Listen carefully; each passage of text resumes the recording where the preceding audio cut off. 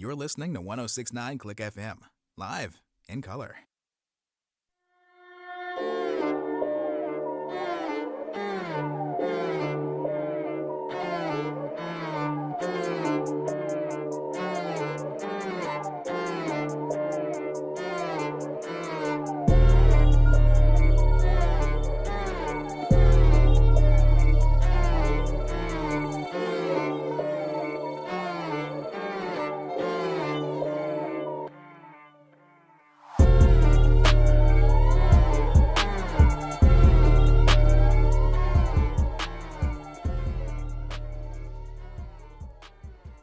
You know, there were a few things that I was expecting for the Major League Baseball playoffs.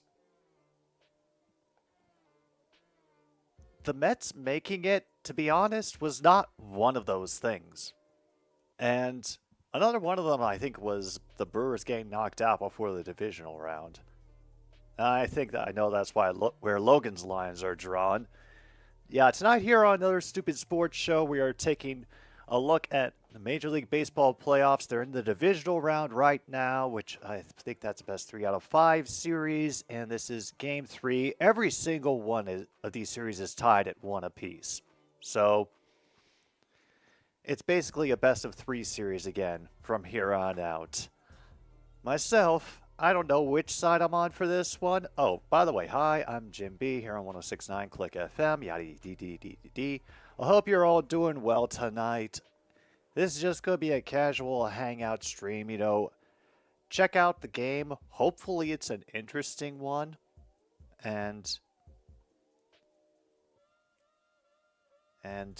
Well, Logan, Poppy, Alex, and Derek from the Fox Sports pregame show have all picked the Phillies right along with you. In fact, it's 3-1.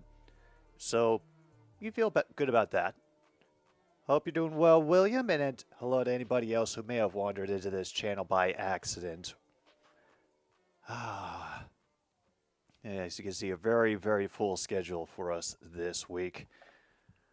We're going to be having some women's volleyball tomorrow, Canadian football at noon on Monday, in addition to the streaming show that night. And I will let you all know that it is already written down into the calendar. November 1st. Nebraska versus Wisconsin. Women's volleyball.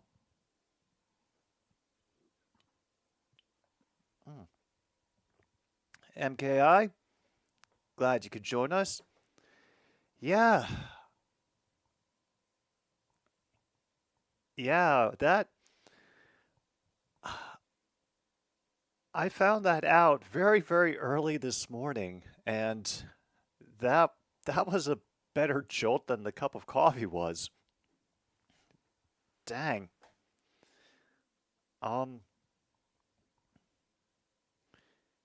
I looked up the history of the interim coach, the guy they put in. Yeah, played for the 49ers, didn't have the most impressive career, went into coaching. Spent a lot of time at UCLA. Then he was with the Falcons. He was part of the crew that ended up going to the Super Bowl 51 and just kind of worked his way up the ladder. And right now,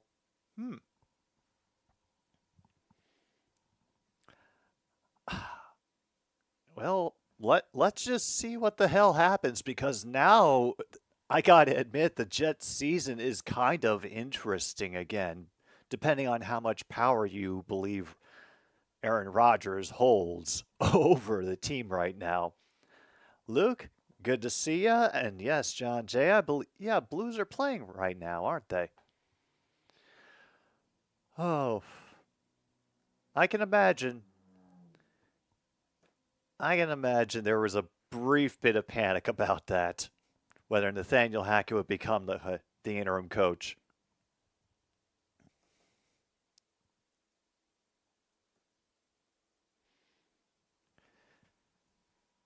Yeah. It intersects very nicely with your interests, doesn't it, Luke? Wow. Interesting how those things seem to work out. I think we got about 4 more minutes until the official first pitch, so still got some time there. Meanwhile, you're serious. Drake May is going to start on Sunday versus the Texans? Wait, Patriots versus the Texans. Oh, that is going to be a. That could just be a nightmare game. Like, depending on how on fire the Texans defense is, Drake May might be just fed into the meat grinder.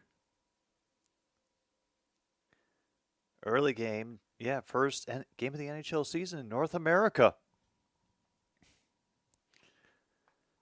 May versus Stroud. It's like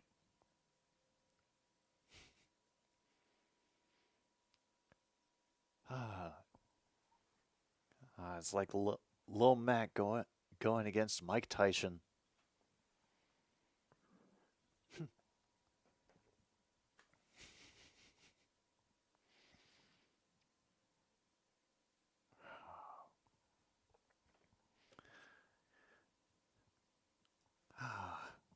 Oh, that's right. NHL is coming up soon, isn't it? Oh, I've been waiting. I've been waiting a long, long while for this to happen. And, yep, of course, we had to start with the one everybody was thinking about, Flyers versus Canucks.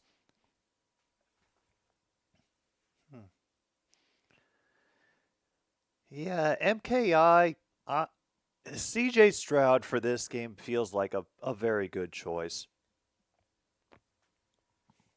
I mean, as we saw, there was only so much that the Dolphins defense could do against them, but then again, it is the Dolphins, and they've got their own issues going on. Whatever. Yeah, that should be fruitful. Very fruitful. Yes, perfectly.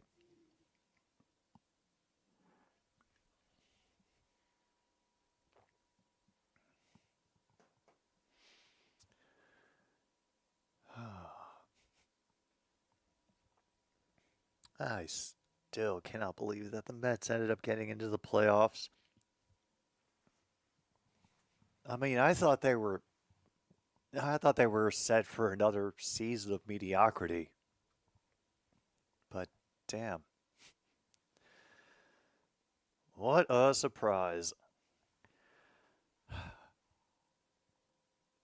Well, just so that you all know these things, starting pitchers tonight for the Phillies is going to be Aaron Nola. Is a guy who bats right, throws right. He's got a 14-8 record from the season, a 3.57 ERA, and a WHIP of 1.20.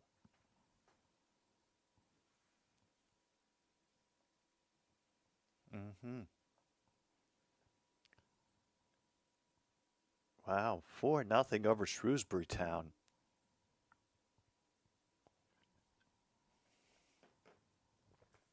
And now we know it's really bad. All right.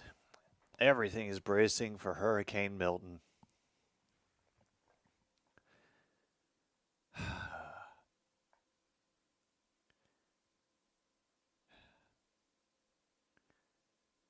Some of the preparation stuff that I was reading about for the hurricane, of telling people who are unable to evacuate or just not evacuating to write contact details for relatives on themselves somewhere in case for when their bodies are found, so they to help in identification.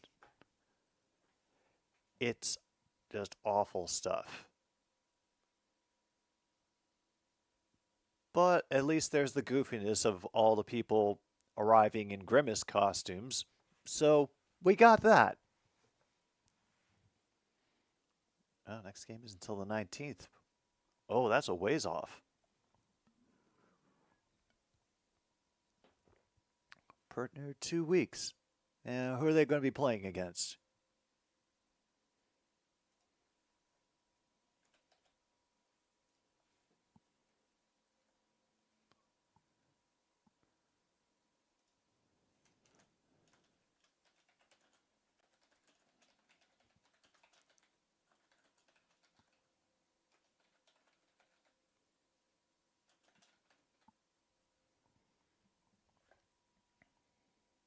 All right, we are finally ready to get things going. Sean Manaea getting things started, and he gets strike one with a sinker on Kyle Schwarber. Yeah, that is also very fortunate. Damn, called strike two. And there is some good noise coming in already. People already getting up. And they are hyped here in this part of New York. Checked his swing and the ball got away, 1-2.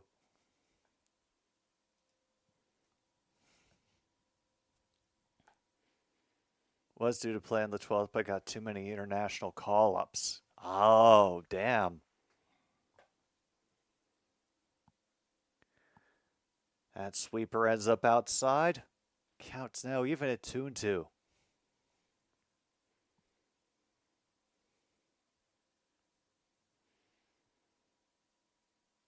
Fouled back into the netting. All right, so rest of the batting order, you'll have Trey Turner, then Bryce Harper, Nick Castellanos in cleanup, Alec Boehm, JT Realmuto, Austin Hayes, Edmundo Sosa, and Johan Rojas.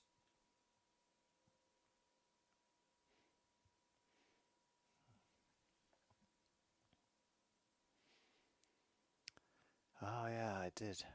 My eyes did pass over that. Oof. To Luis Tiant. And another one fouled away by Schwarber. Mets give chase, but it is at least 15 rows back. Thought playing in the third tier would prevent them from getting a call-up and tried to force a move away, got called up, and so has signed a new contract until June 2028. And he finally makes some contact on this one. Deep center field, but will be grabbed at the warning track for out number one.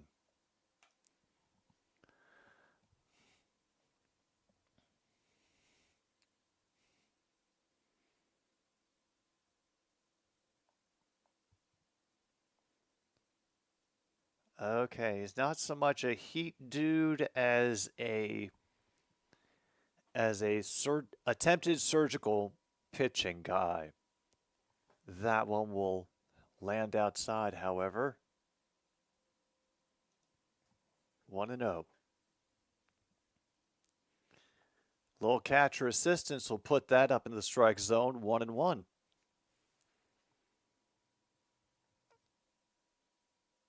Oh, I vaguely remember hearing about it, and I realized I kind of didn't want to hear anymore.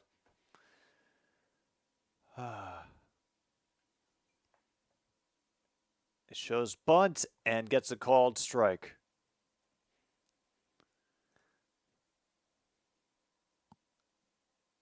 So we are now at 2-2.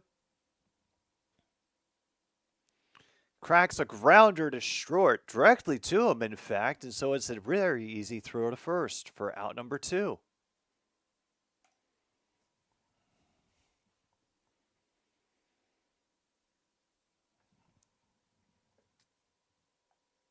Yeah, she'll be fine. And here he is, Bryce Harper.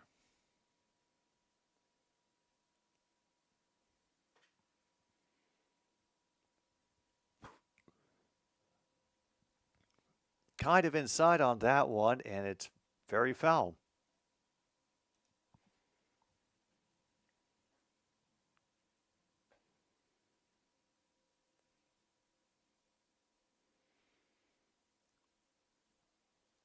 All right, Manaea, what do you have next? Indicates outside and gets him with a sinker for strike two. Damn. And everybody is on their feet again. I don't know if Mets fans expected this or not, if they're just enjoying the ride, but they're cheering now. Well caught by the shortstop, and enough for a couple steps on Harper. Out number 3, and down we go to the bottom of the first. Wow, just some good pitching through the situations. Cool. Oh. Actually, that's something I will keep account of.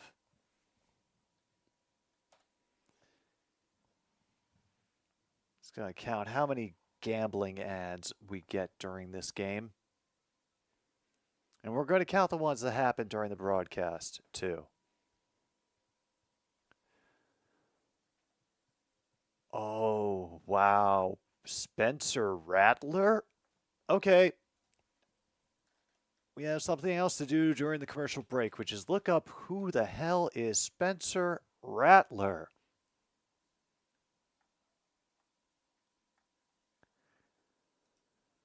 Okay. So he went to Oklahoma, then South Carolina. Cool. Was drafted in the 5th round by the New Orleans Saints. And, all right. Didn't do too bad in the preseason. Yeah. There may be a little bit of very dirty scuttlebutt about what about the fact that Robert Saleh was escorted out of the Jets facility by security.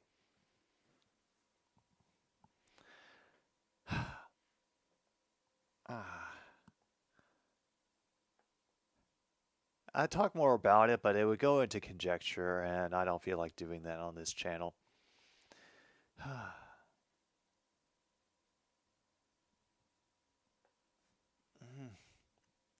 Well,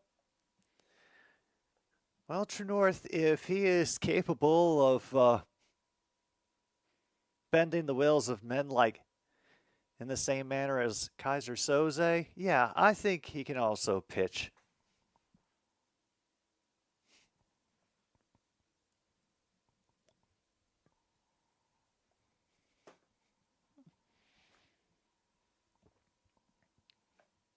All right, and now Aaron Nola is coming up for the Phillies to pitch.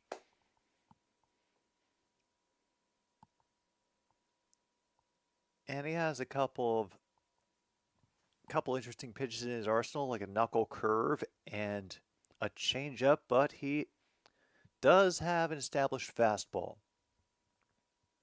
And he will use it here for strike 1.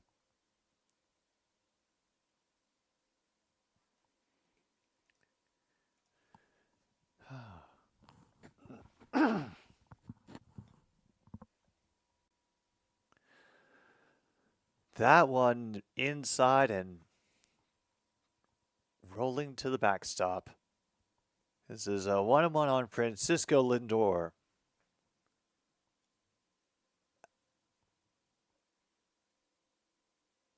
Wow, they're chanting his name. And he responds with a deep one. Does it reach? Not quite. About 5 yards shy of the wall. Out number 1. Oh, damn.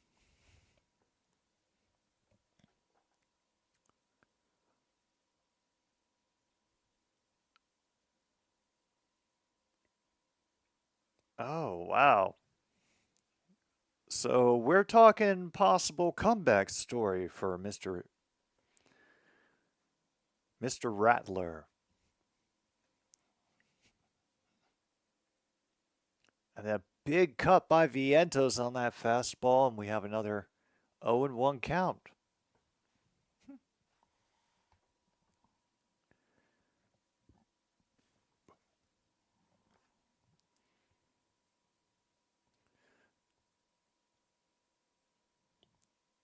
Oh wait, I can't wait to hear the walk-up music for Jose Iglesias.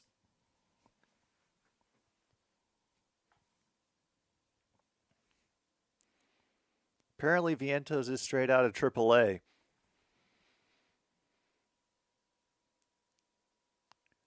And he gets him on the third pitch, strike three.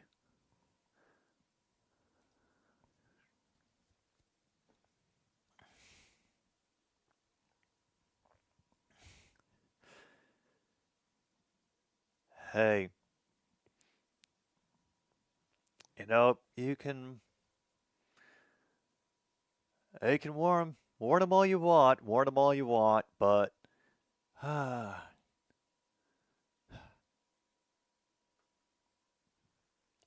well, Nimmo is now at 0-1. Managed to get that one on a curve.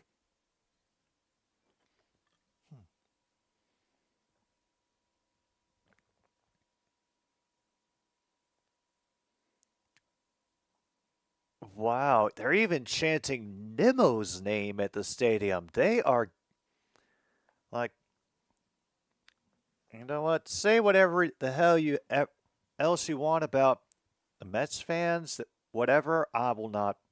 I don't have a. I don't have a horse in that race, but damn, they are really getting passionate here in the divisional round.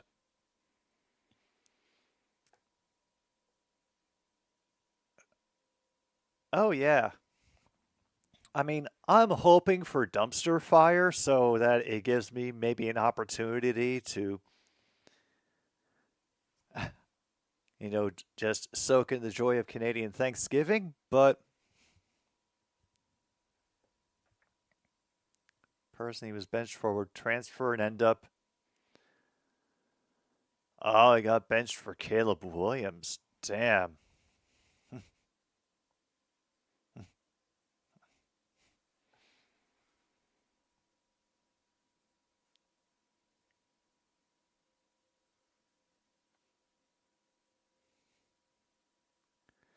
And as a called strike three, and Nola gets them out of the inning without anything to worry about. We're still at 0-0 here at the end of the first.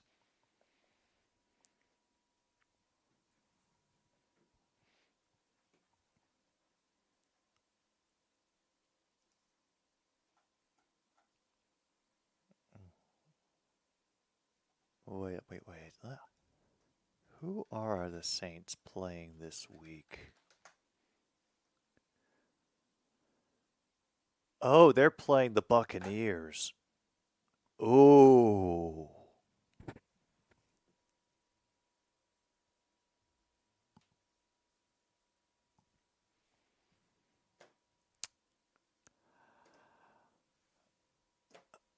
Good luck, Spence.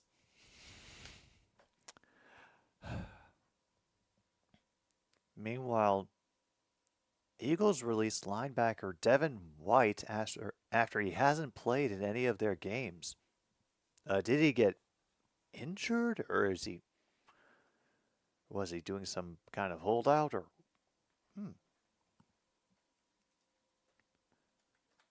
what do you have to say for yourself, Devin White?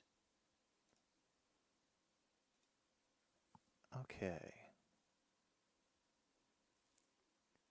Inactive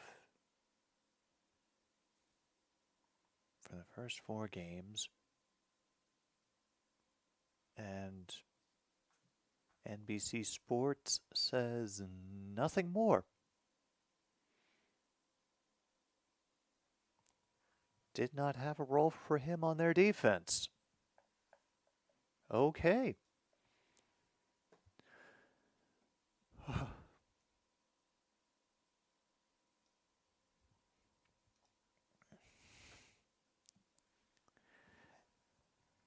Oh man. Oh, Baker Mayfield is looking at that game and just he's cracking his knuckles. Todd Bowles is like he's already ordering from Wingstop for the party after the game.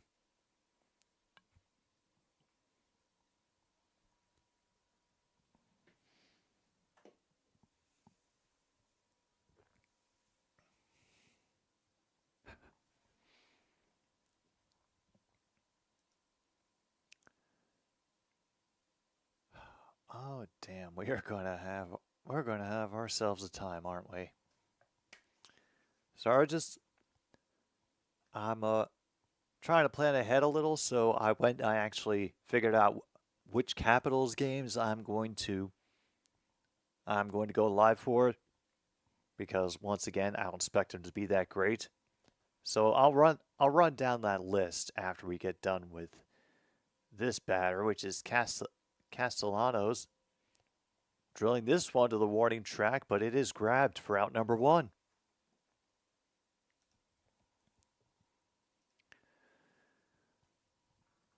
So here's what I've got so far, and if there's like huge, I don't know what huge overwhelming demand there would be for more Capitals games, but you all have proven to be pretty weird about these things. We've got the Stars going to go against the Penguins, the Leafs, the Wild, the Jets, the Kings, and just to wrap up the year on a nice note, the Hurricanes.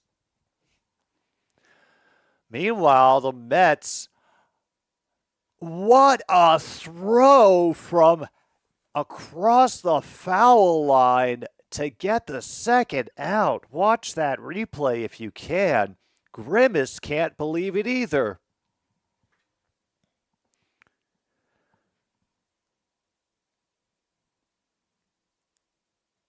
Oh, is that Lindor at third?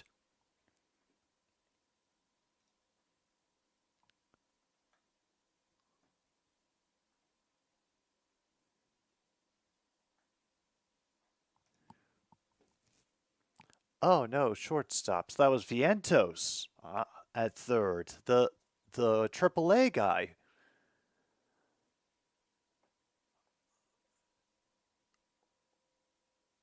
Real Muto. Yep, called strike. We are at 1-1. All the Capitals games? No, you really don't.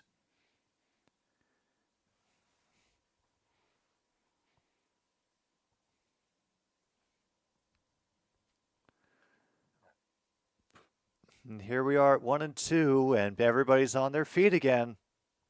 And he dings him. Got him in the elbow.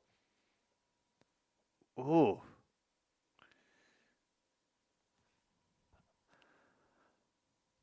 All right. So there we go. We have a runner on first.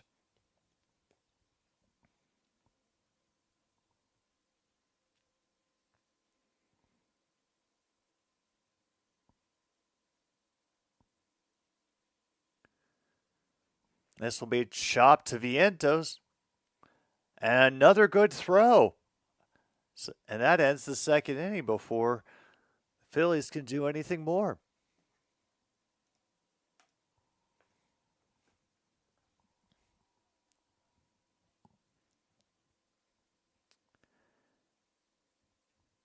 Yeah. Oh, yeah, the people love the pain. But there are also so many interesting varieties of pain that we can get, like, say, Division 3 football levels of pain, or first real tank game of the NFL season kind of pain. Just to pick a few random examples.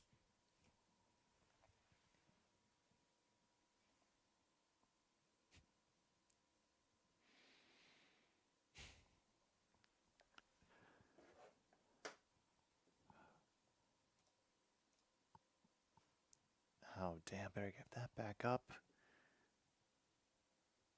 Just so I can see who's going to be at bat for this part of the inning. Okay, we'll have Alonso and then Jose Iglesias and then Winker will be coming up.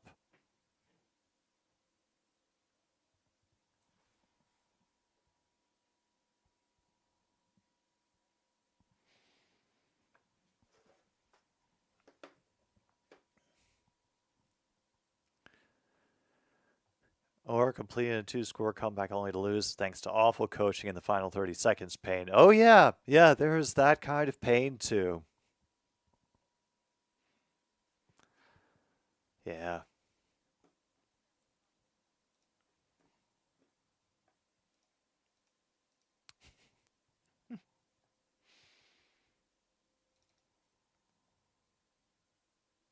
Yeah, that'll be a good one.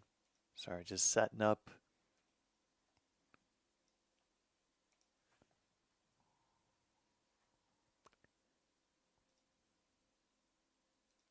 For that.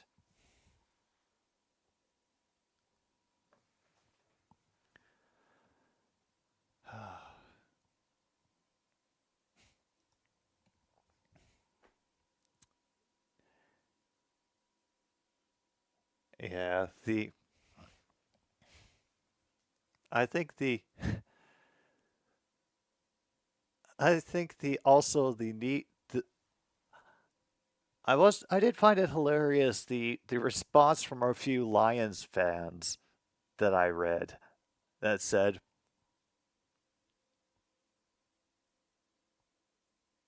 "Can we get Robert Saleh as our new defensive coordinator?"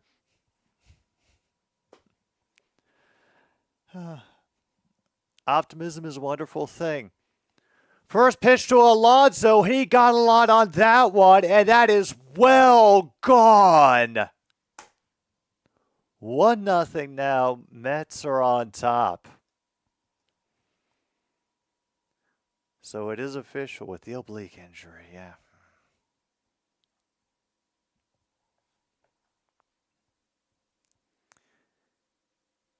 .385. Over 100 miles per hour exit velocity. And he and Lindor high-fiving it up in the dugout. Now the noise really coming down.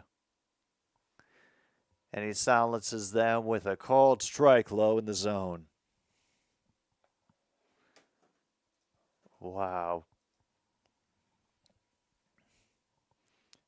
Wow, apparently that's his 6th home run against Nola.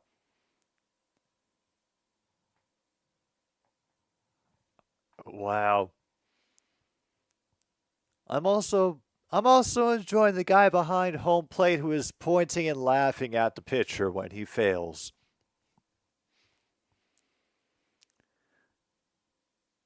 Meanwhile, this play chopped past the third baseman. Base hit. This should be a safe single.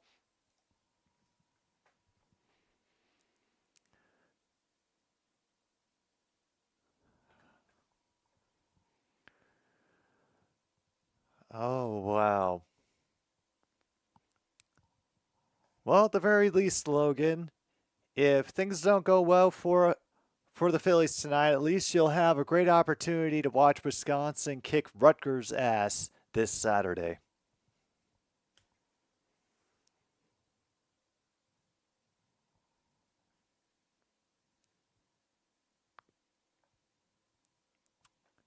Wow. Among the list of 2021 head coach hires, the only ones that are still around now are Nick Sirianni and Dan Campbell.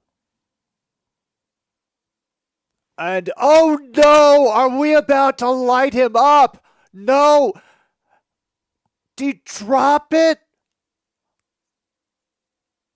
Oh my goodness.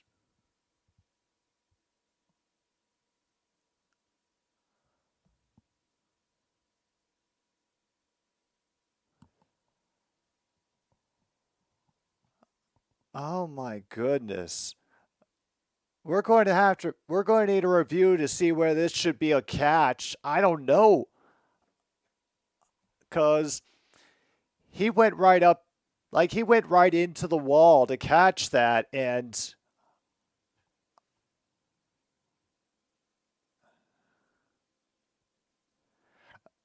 oh wow. We're going to play what is a catch in the Yeah, that feels like the transfer. That feels like the transfer. Okay, gets it down.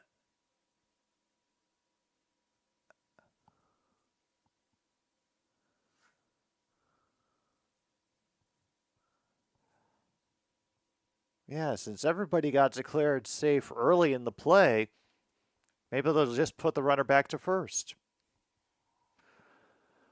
All right.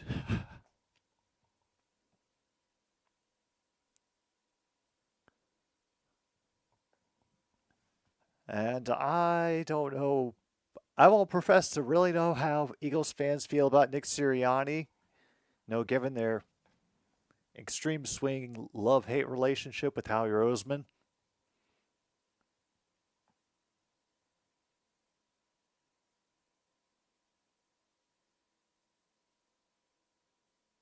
He sees the safe.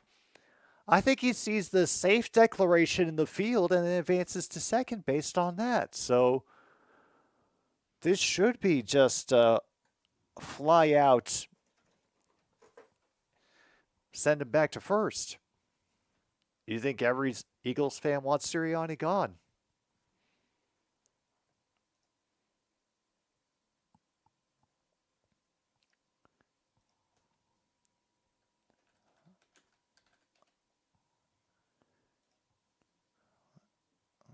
Let's see where they are. Oh, okay. 2-2 at this point in the season.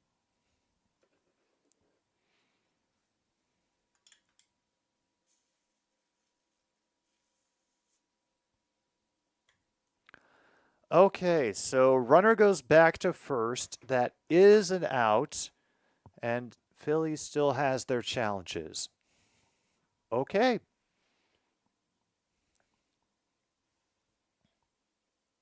Been hearing it from them since their collapse last season. Oh. Mm-hmm.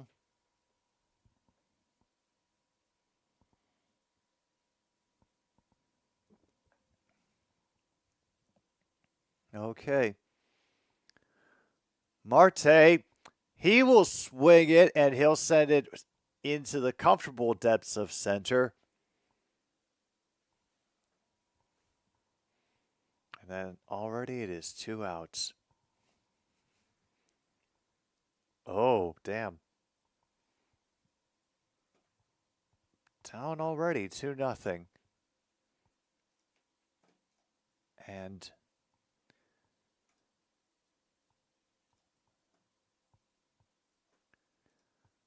let me see again who. Oh, yeah, they're playing the Kraken. Whoop. All right, Tyrone Taylor is up now, and he's going to crank this one, and it goes Veers foul. Got pretty far down the line before it finally curved. Oh, yeah. Can't wait till the Kings and Capitals play.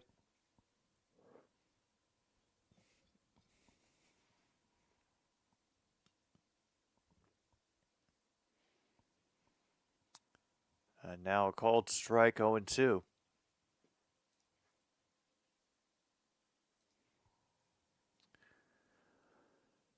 Oh.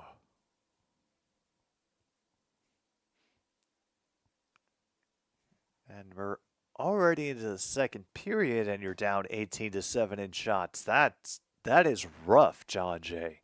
That's very rough. Is this in line with your current expectations for the team this season?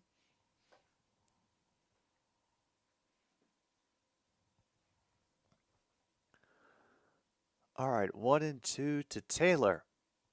And it's a big cut at nothing. End of the second.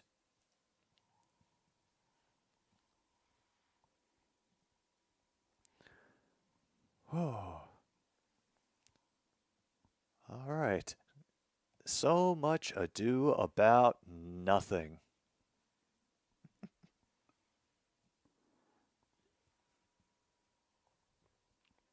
But at least we still have the home run by Alonso. 1-0 Mets.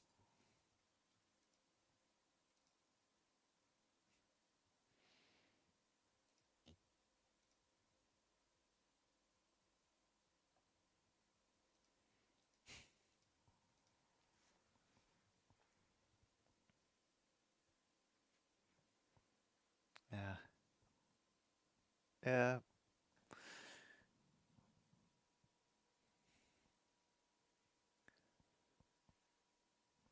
Well, I have heard fewer complaints since it became clear that we were streaming the Alouettes this Monday. So that may also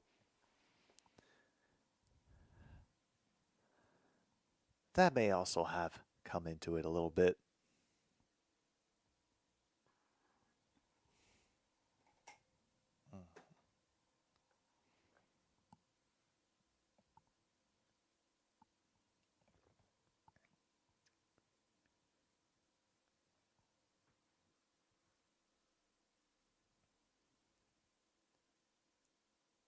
Wow. I always love people equating fights at sports games with people protesting against police brutality.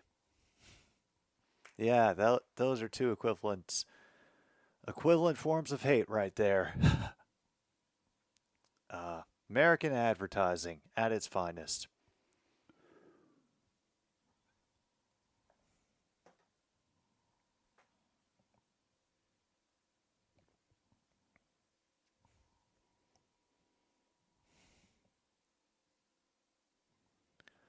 All right.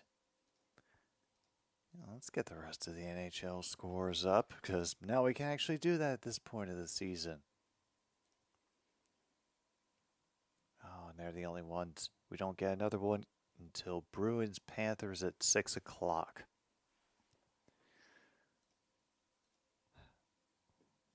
All right, well, is there anything especially terrifying that I should know about the NCAA?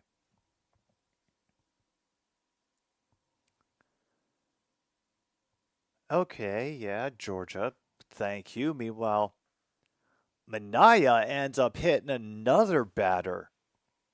Holy crap, that's the second one this game.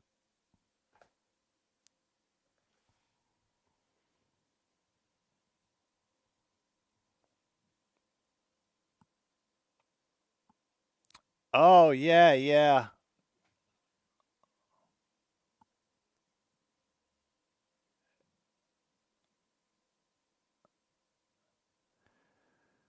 Whew.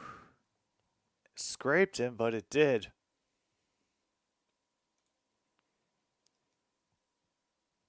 Oh, yeah. I had a study about the angry bettors that are harassing NCAA athletes. All right, Rojas. Called strike. Kind of inside, but thought he caught the plate. That puts us at 1-1.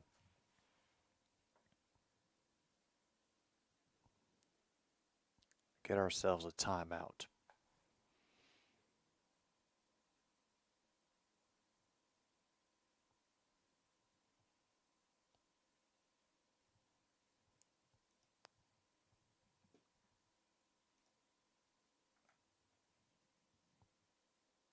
Oh, wow. Holy crap, sounds like Alabama got their own attempt at a viral sports fan call. That'll be something to check out after the show.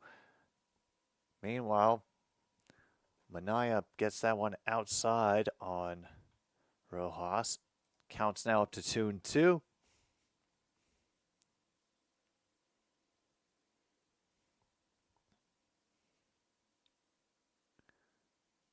On the 2-2, he gets him with the fastball for his first strikeout of the game.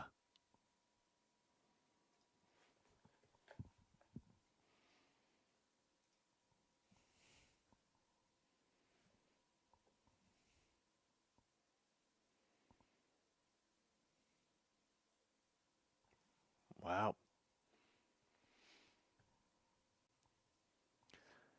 All right, Schwarber. And he gets him with a sinker.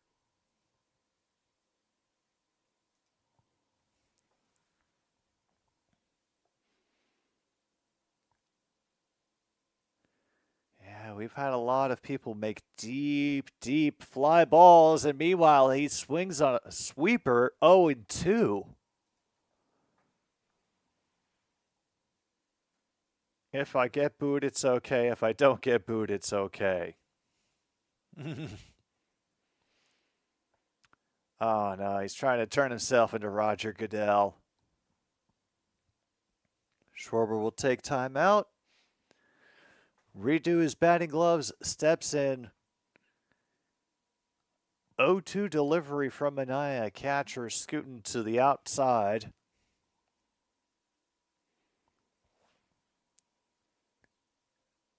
Didn't buy it. 1 ball and 2 strikes.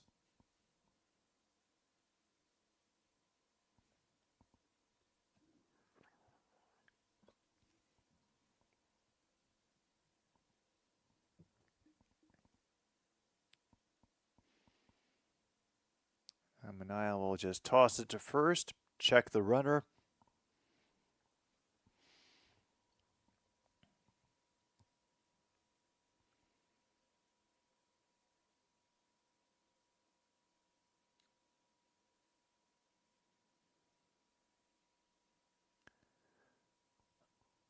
Oh, the crowd thought he caught the high corner. Umpire didn't agree with them. We have 1-0 count.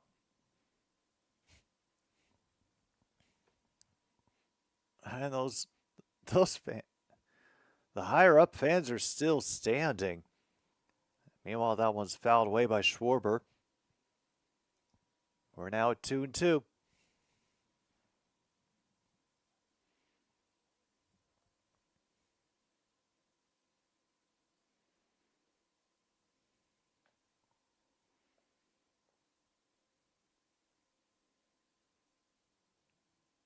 All right, Alvarez sets up at the outside edge and get him up high for strike 3. Wow.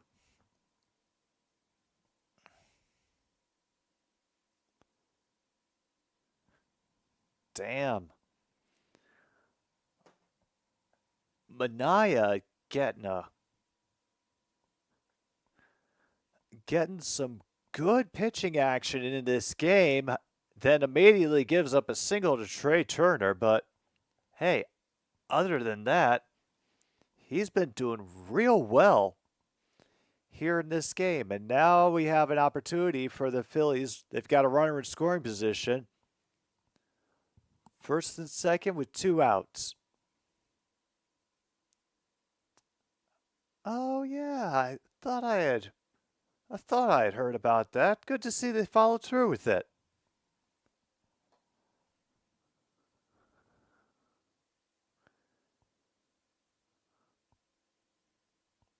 Crowd, let's go Mets chant. Coming up from the crowd as a big cut, but nothing from Harper on strike 1. He grounded out in the first. Has contributed in the series so far. Fouled away, 0-2. And now up comes the noise again, and everybody waving them orange chamois that they stole from the car wash down the block. And it's right to Minaya so they can get the easy out at first. And there goes the top of the third. Wow. Oh, Christ.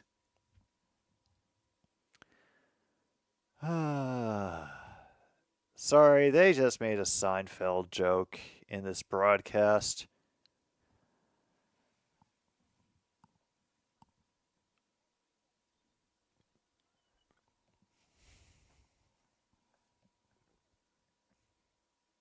Three nothing, but offside. So Still 2-0.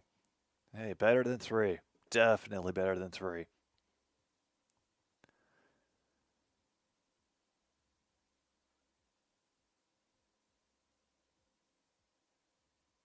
Oh, man.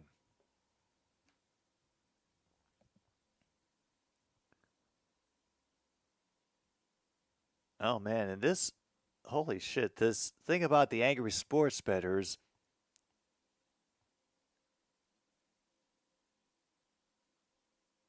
is amongst a larger study of just general harassment against student athletes.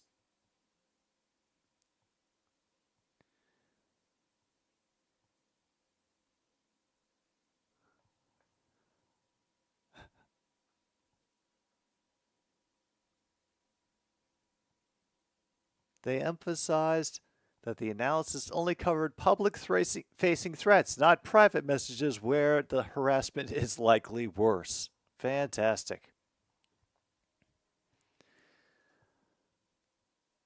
Oh no, you got a tickle party?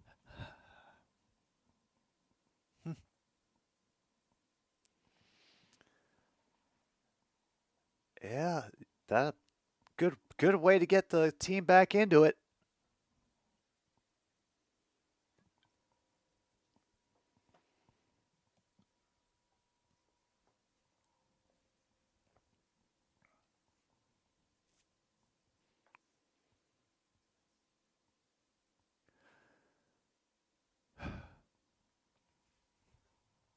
I'm also just amazed that Pizza Hut is still around. Alabama's Malachi Moore laments outburst at end of the Vandy game. This is ESPN headline.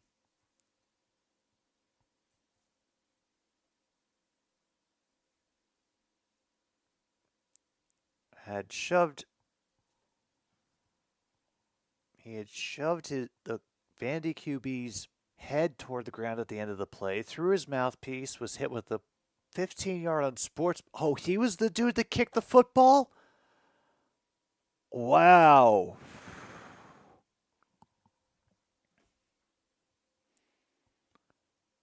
Holy hell. Meanwhile, the Mets already have another single from Alvarez.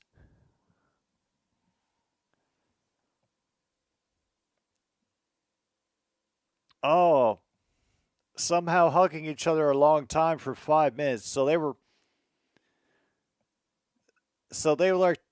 like trying to get a noogie fight going, but never quite got into complete noogie fight territory.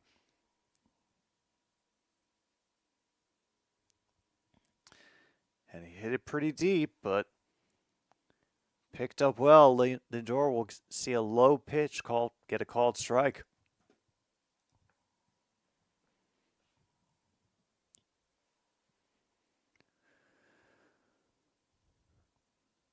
Mm-hmm.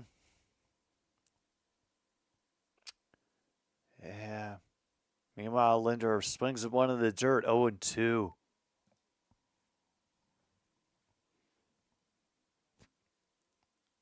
Damn.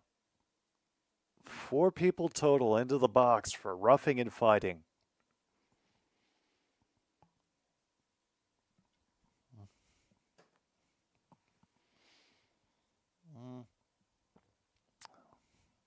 Well, True North, not officially. Yet. We're at 1-2.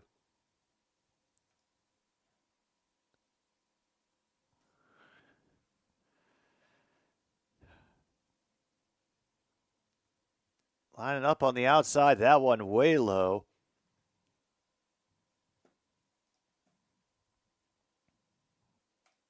We are now up to 2-2.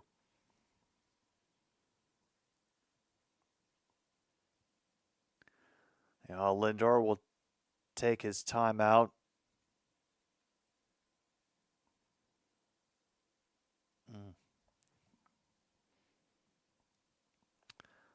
I don't know, man. Was there fighting away from the camera that they haven't shown yet? Meanwhile, Lindor will end up getting that It's an easy loping flyer right out to the center fielder for out number one.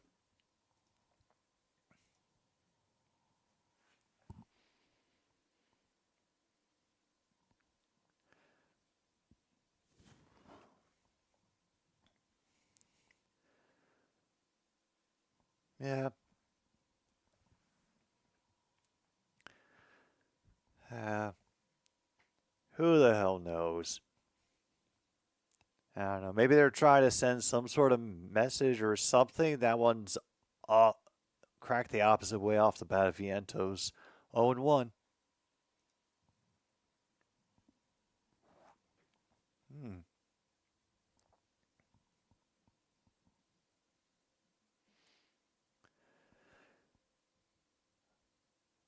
All right, here's the pitch from Nola. This will be lifted by Vientos. I'm not sure it's going to clear the park, though. It will not. Out number two.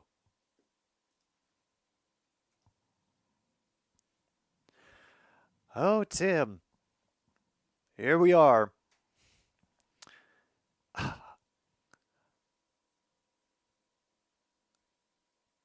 I didn't think it would be this game, but so far. Oh, damn, they're getting all the Grimace costumes on camera. Meanwhile, Nimmo will pop this one up. First baseman and the catcher will run in to get it, and that'll end the inning.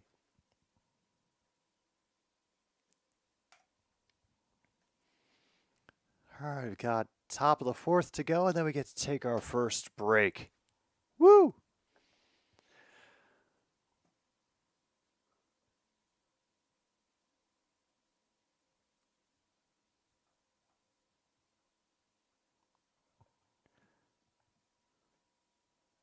Oh, damn.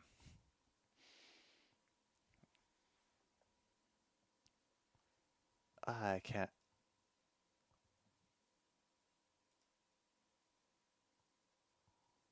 I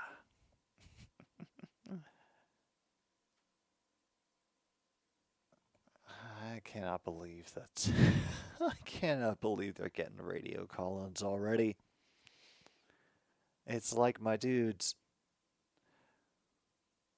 wait until you've been bad for a couple of years, then you'll get some real rage for the radio call-ins. Like, take a lesson from like some of the White Sox or the old Washington fans for that one.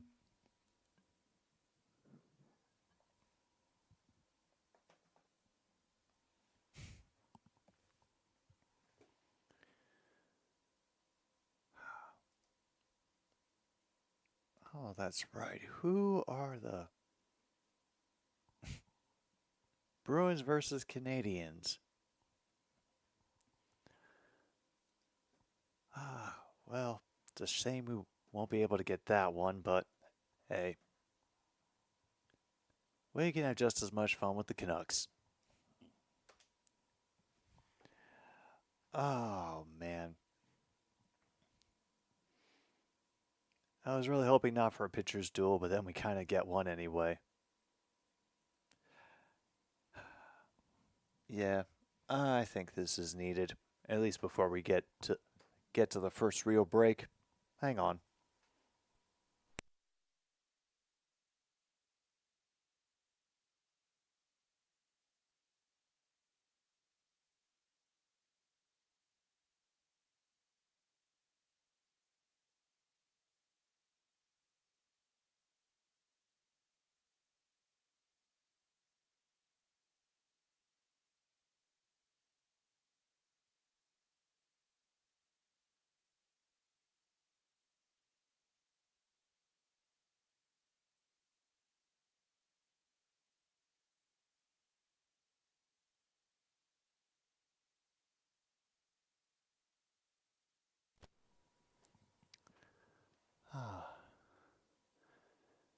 All right, now, Monty, I know it's not the Twins.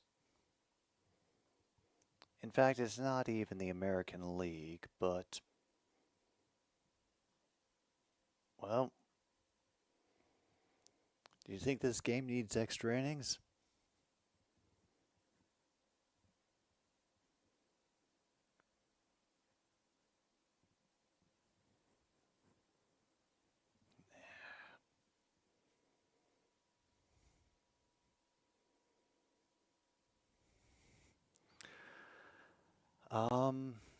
Let's see. I've got up and down on mine, and nothing weird going on in my OBS, so I think it might be fixed Luke's internet. Meanwhile, Minaya has gotten up to 0-2 on Castellanos.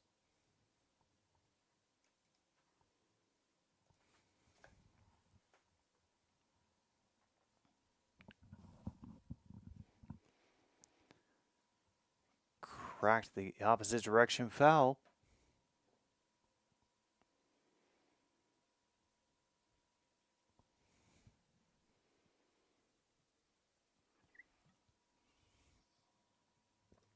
All right, we're at 1-2. That one's pretty high.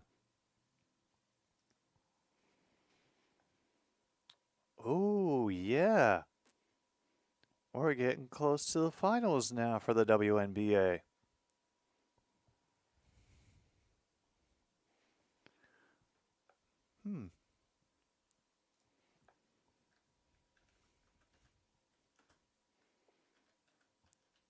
Let me see something here. When does the finals get started? Oh. That one's hit the opposite way to right, but easily grabbed for the first out.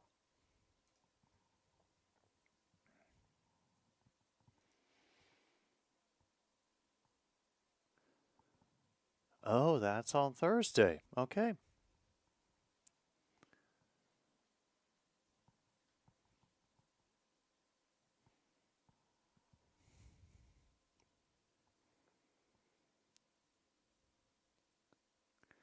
Meanwhile, Bohm will kick this one, and he'll hit the gap and go off the wall. And from center, they get him. Oh, damn. From the throw in center, they go for a double. Instead, it's out number 2. Holy hell.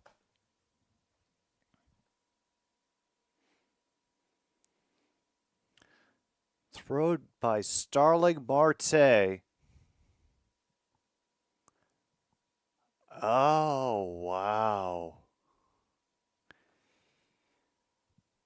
Bare hand grab off the wall.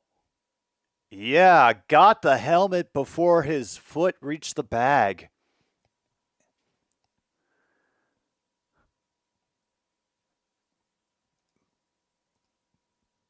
Damn.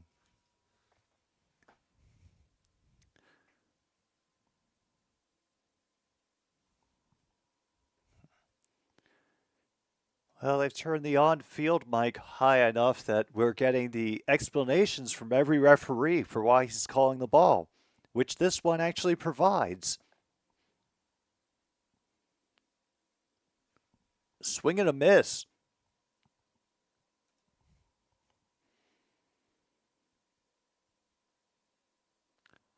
And Lindor getting that one on the hop. The ball just bouncing over the base runner. Like, almost everything had to go right for that play to work.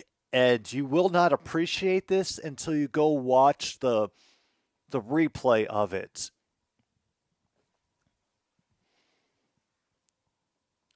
Damn.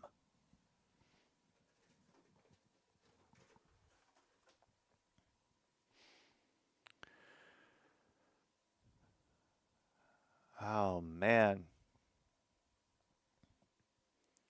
Well, Miyoto will send that one foul again. Come on, 2-2.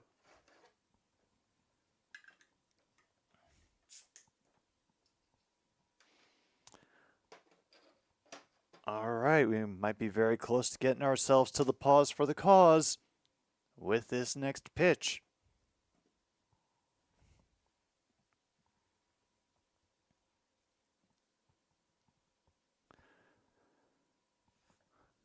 All right.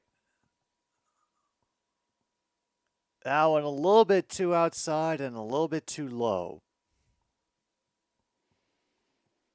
We now have a full count.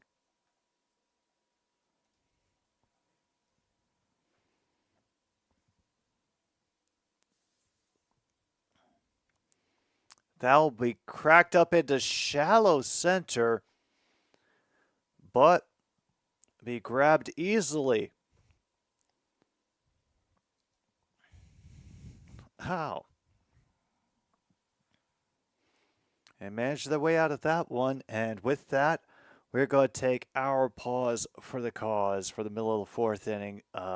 So yeah, go grab a drink, grab a smoke, pet your cat, open the window, get some fresh air in there, let it circulate. It really does help. And we will be back for the rest of Game 3 between the Phillies and the Mets here on another Stupid Sports Show. Thanks for tuning in.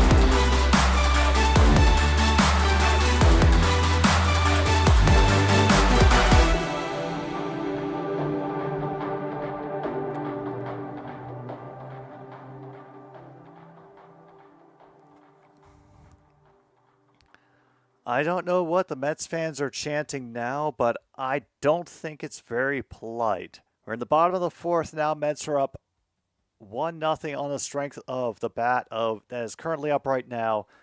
Alonso currently got a 2-0 count.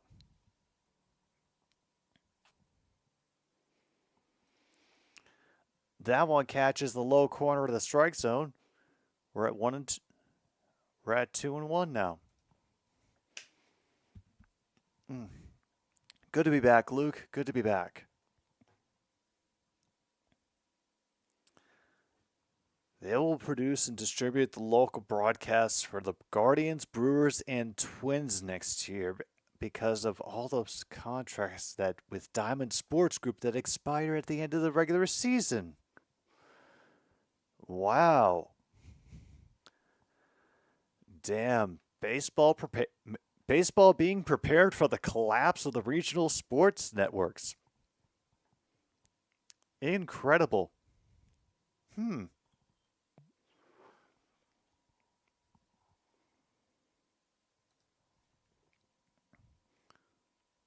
3-2 now. Nola on the full count. Gets him low. Alonso does not agree, but he will. Oh, he's going to make a polite conversation with the ref as he goes away. Because I definitely saw the ref nodding his head vigorously, but I gotta admit, I thought he had it.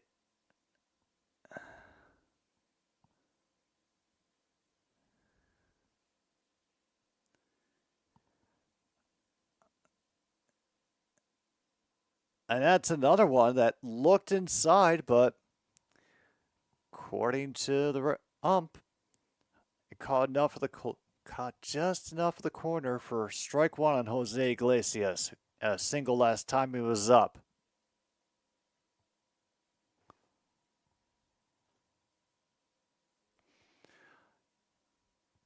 Of course, the Mets fans are simply chanting "Ole, ole, ole." Oh no, they're chanting Jose. Forgive me. Wow, it's Jose, Jose, Jose, Jose, Jose, Jose. No kidding. That is a quick turnaround. 3-2 Blues. How the hell did that? Wow, that is a busy second period. Meanwhile, that is a liner right to the pitcher, and that is out number 2.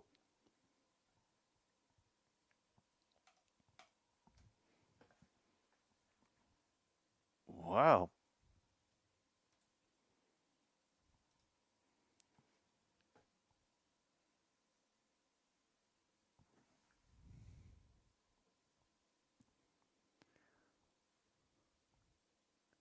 Wow, all the scoring was in period 2.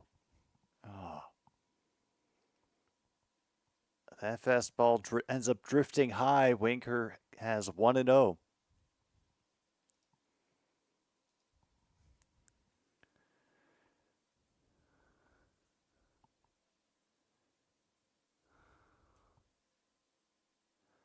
But that was very inside.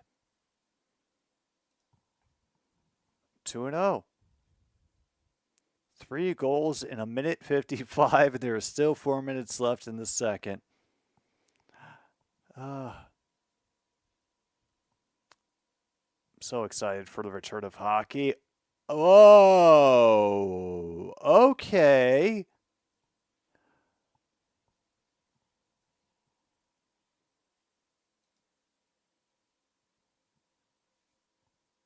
Oh, yeah, there are some cries of bullshit from the crowd. Meanwhile, he's going to crank this one and just admire that damn thing as it goes upper deck. Solo home run for Jesse Winker. Mets are up 2-0. He waited. He waited until he knew it for sure and raised the OMG signs. Wow.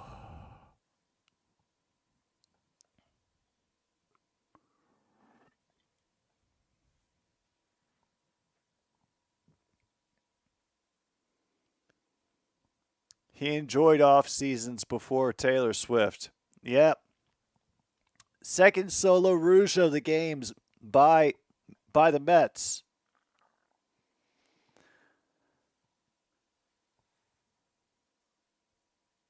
Marte shows bunt briefly, then we'll just take a called strike.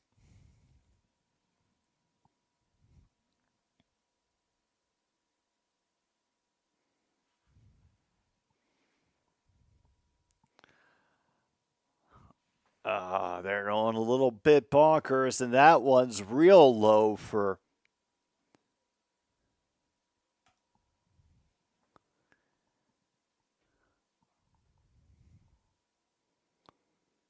He waits.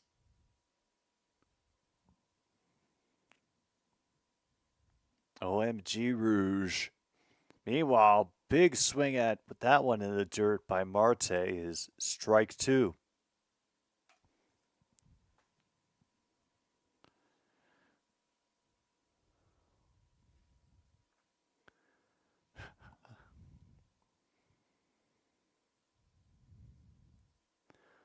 That's another one outside. It's now 2-2. Oh, he waited on that pitch to leave.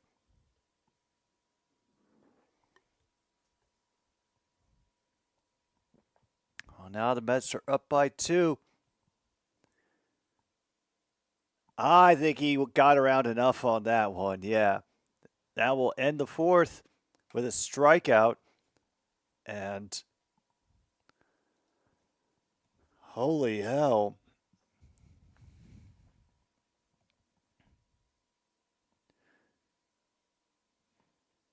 Really? Bo Nix says NFL Rookie of the Week. Now, I did remember vaguely that the Broncos had one. Yeah, 34-18. Cool. So, Mr. Bo Nix, he was 19 for 27. That's good numbers. 206 yards, 2 touchdowns. Cool.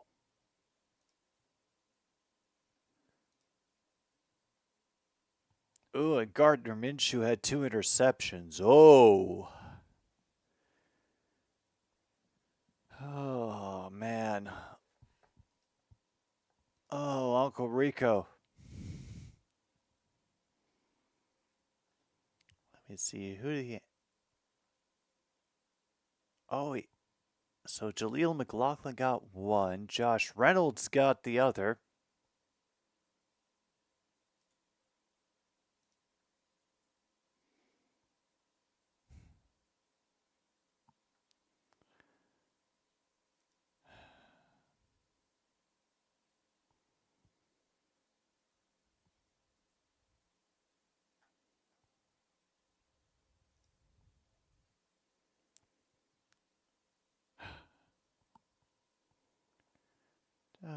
Of course, it's Josh Reynolds. Well, enjoy him, Broncos. He'll pop up just when you need him.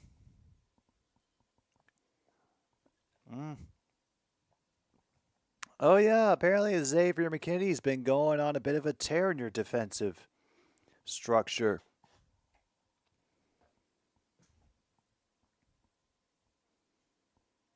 Hey.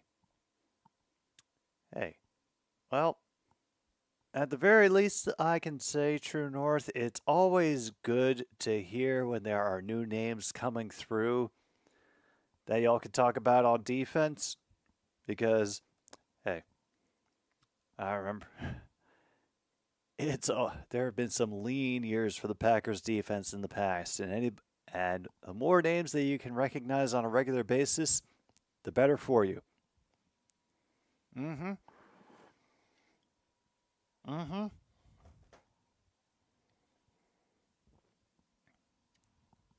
Oh, yeah. That's a very, very, very hot start, yeah.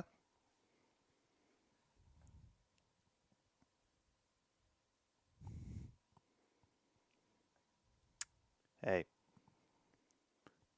Sharing is caring.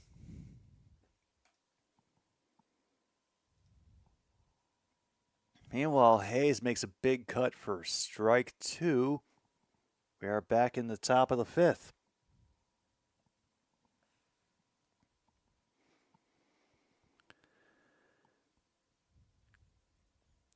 Meanwhile, Seattle gets a hooking penalty with 22 seconds left. So they'll even get to start the 3rd period with an advantage. And they get him on straight pitches. Wow.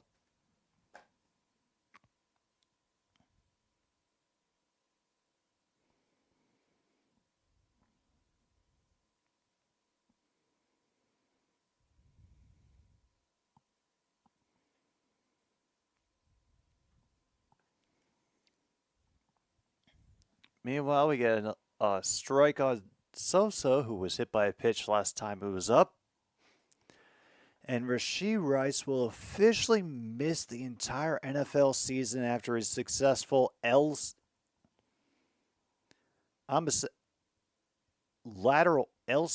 lateral collateral ligament. Ooh. honestly, considering that I almost never hear about people injuring their lateral collateral ligament. Ooh. And another strikeout. Second one of the inning. Oh, wow. I think the stadium is going to start rattling if Mania gets this guy out on a strikeout. Like they are having fun right now, and simply just a ground out to second, it's an easy third out to get us to the middle of the fifth. But damn. All right, John Jay. Hope you enjoy the rest of your evening wherever you're going.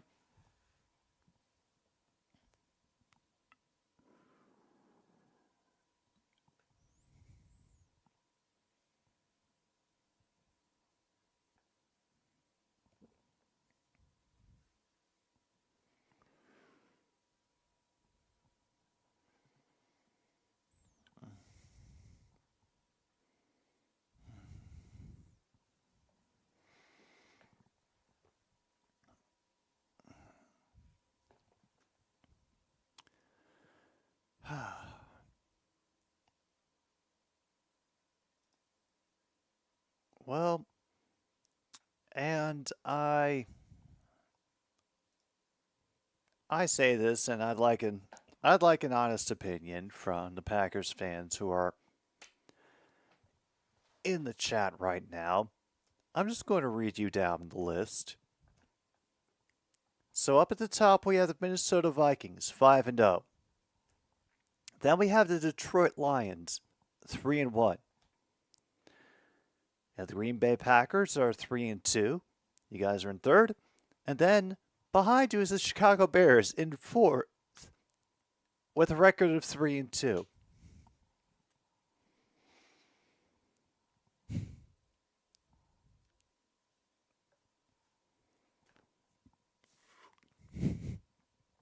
Man, it's the early American League East all over again, where everybody is fantastic, where everybody is above average. And like that brief thought I had in the offseason of, yeah, the NFC North is going to be a bloodbath. I think it very much might turn out that way. Damn. Ooh. Part-time job as a scorekeeper. Um, honest opinion. I would like, do you think there's any chance that any one team in the NFC North sweeps the season series with any other team in the NFC North? Because between Caleb Williams somehow surviving and keeping the Bears going, Jordan Love, trying to get through the sophomore slump, making up for the pick six with, some nice passes of his own. The Lions doing whatever the hell they do every week, and the Vikings at 5-0. Aaron Jones will get hurt. Yeah, I heard some concerns for Aaron Jones during the last game.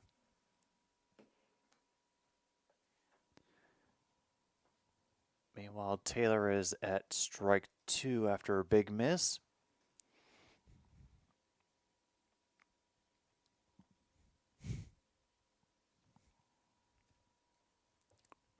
You can see the Packers or the Lions sweeping Chicago or the Lions sweeping Minnesota. Well, I think as far as the schedule is concerned, the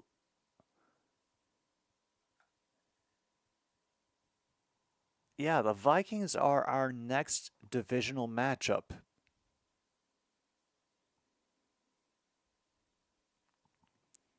And then his 6th strikeout of the game for Nola.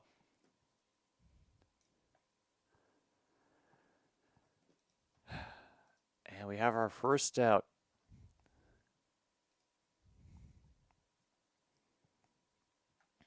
And let's see, we've got Vikings on October 20th, the Packers on November the 3rd.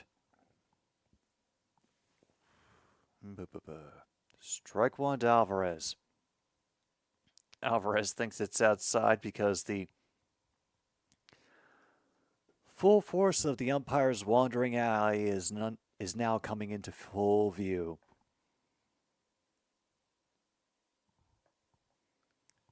Knuckle curve is in the dirt. It's 1-1. Packers sweep Bears and Vikings seat Packers. Gotcha. After Robert Saleh's firing, who will get fired next? Alvarez will foul that one back. Is now 1-2. All right, let me take a look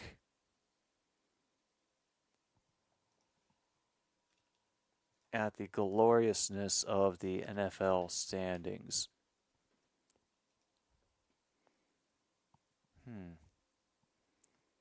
I think New England's coach is safe because this is his first season.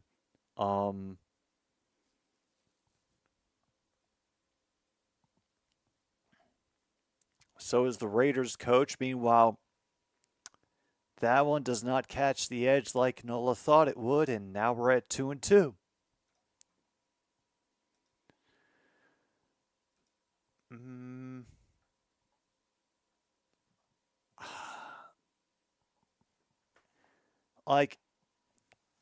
Oh no, have we got an actual balk?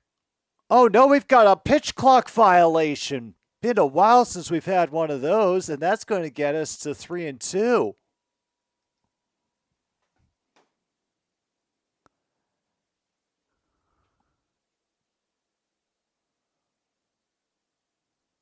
And he didn't even start his windup. And he got him on the inside for out number 2.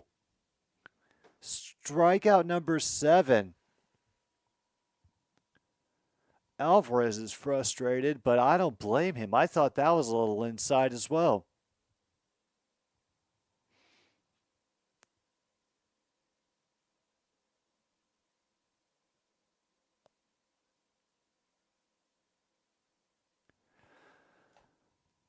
Nick Sirianni or Doug Peterson? After looking through all the teams right now, I think Sean McDermott, I think, is fine. Yeah, it would be probably Doug Peterson, but not until a little later in the season.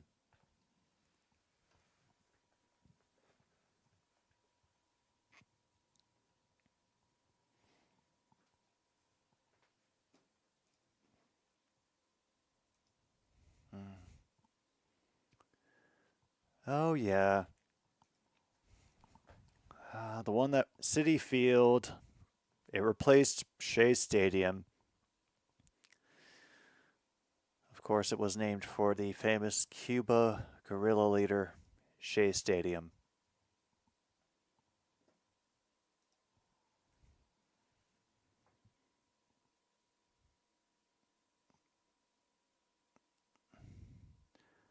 Meanwhile, big cut by Lindor on the knuckle curve, and we're up to 2-2.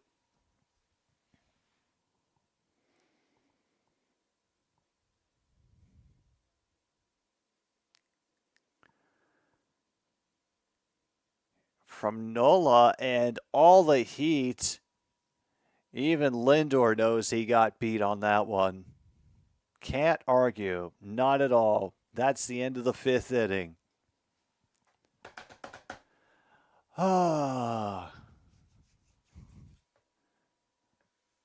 Not much more to go. Shea Stadium, Guevara. Hey, I don't pretend to understand word origins or where a lot of names come from unless they get directly explained to me.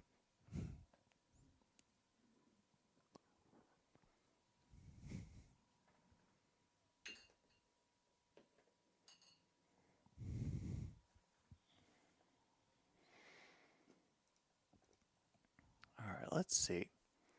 So yeah, we have November 3rd against the Packers. Oh yeah.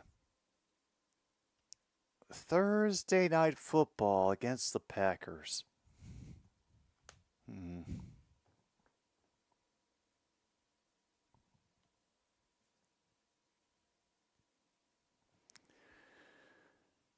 Well, that's going to be fun. All right, then December 22nd against the Bears, and of course, finishing off the season against the Minnesota Vikings with the time very specifically written as TBD. Yeah, me neither. I think I think things would have to get much worse before there would be a midseason firing of McDermott.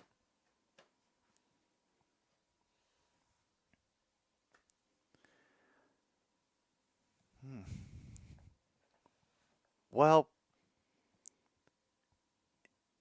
if I understand it correctly, assuming that that one video that Tree made about it was telling the truth, the whole truth and nothing but the truth, baseball's like got a pretty good broadcasting infrastructure already, and the NBA isn't too bad either. So maybe the NBA will do the same thing for their MLB counterparts, but I think maybe there would have to be another network or two that would have to go down before they, seriously considered it. Because remember, when people are looking to earn the money, they want to earn all the money, and they only have to spend their own money if forces beyond their control, aka somebody that they couldn't fire screwing up, causes it.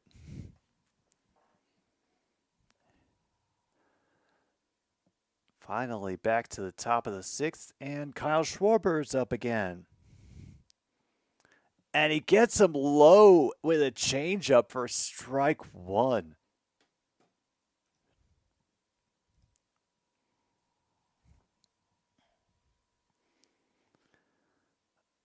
Meanwhile, he'll cut that sinker foul in the opposite direction, now 0 and 2.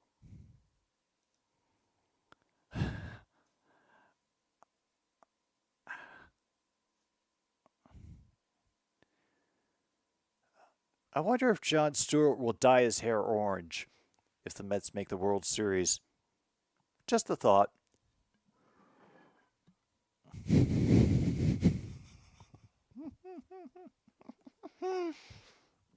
Well, they have a special pop up graphic to promise the viewers, hey, this may suck right now, but Bryce Harper is going to be up 2 batters from now, so please don't change the channel. All right, 2 and 2. Wow, missed on that one. That one took all kinds of weird angles through the strike zone, but umpire said, nope, don't like it. Full count against Schwarber, and they don't really challenge him. That changeup is in the dirt, and that is a walk to first for Kyle Schwarber.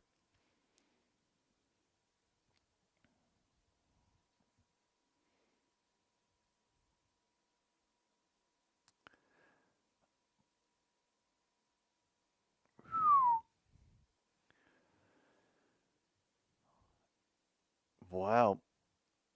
He's used even a little bit of a fastball. Meanwhile, that is a high bunt, and they make a throw back to first. Damn. Huh.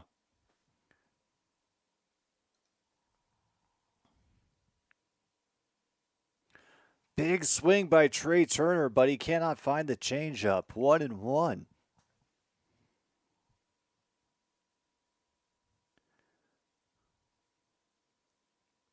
Yeah. Uh, ah. Yeah, ah. I'm not sure there's enough salt in the world that I can take with that, MKI.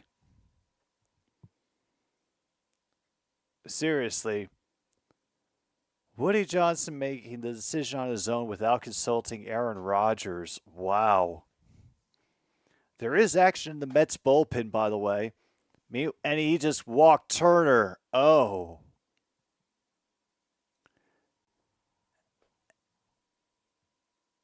All right. Bryce Harper is up, just like we promised, folks. Really? Oh my God. What the? Wow. Major League Baseball is hurting for money so bad they will take a sponsorship from Well Level Whiskey. Holy hell.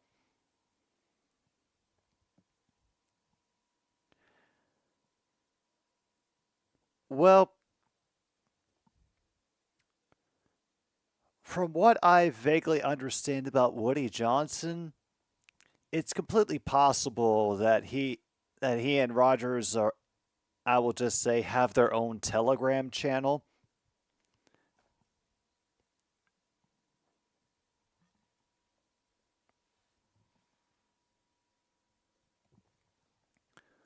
All right, first and second, they get him to bite on a changeup for strike one.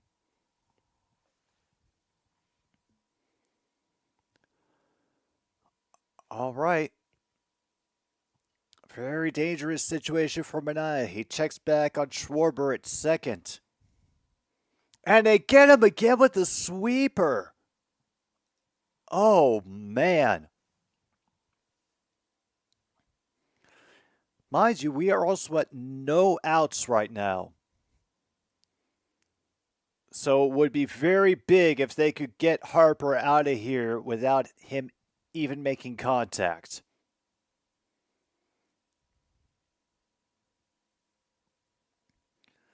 Oh, two, and they get him swinging on another sweeper.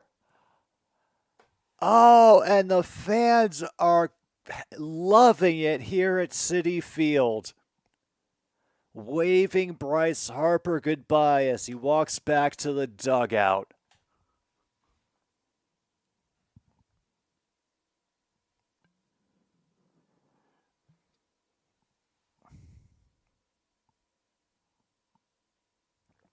And Castellanos will send that one the opposite direction, foul.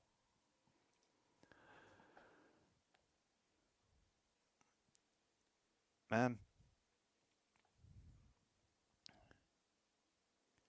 I gotta admit, MKI, the as somebody who has taken genuine leave reality and see something completely different than what exists in front of me, hallucinogens, um, unless it's going that far to unless it's going that far where I don't believe I am where I am.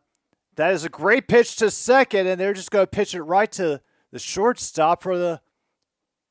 Oh my goodness! Wait a minute, that was a.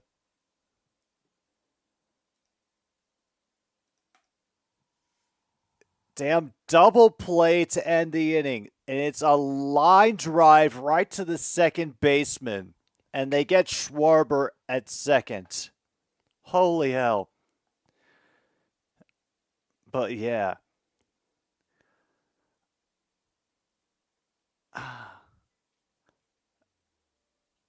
Whatever Rogers thinks he may have learned during his ayahuasca session,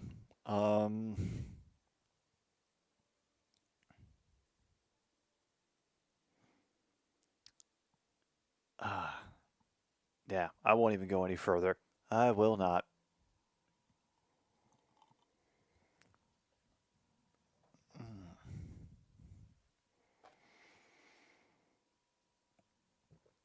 Well, I don't know if Mania is going to survive this inning after those couple of walks. I mean, the double play does help because it kind of keeps the pitch count down in a weird way, but yeah, two walks in a row.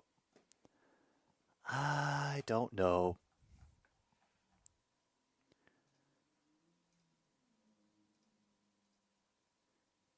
Meanwhile,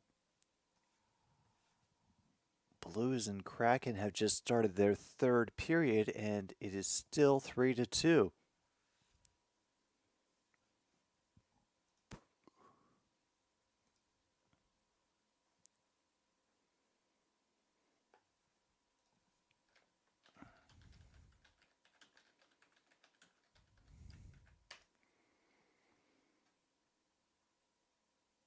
Oh, wow.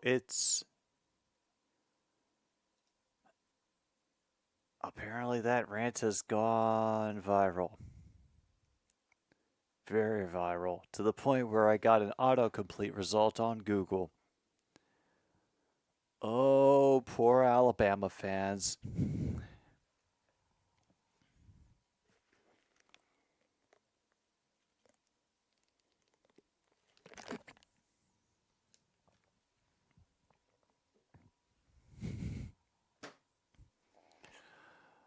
Oh, wow. What a game. What a game.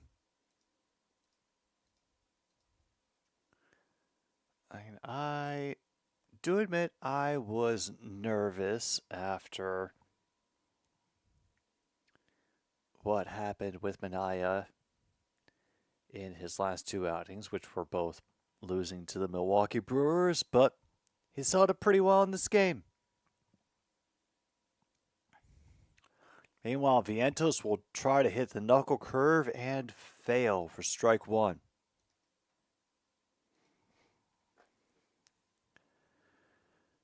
He'll take a timeout, throw off Nola's rhythm just a little bit.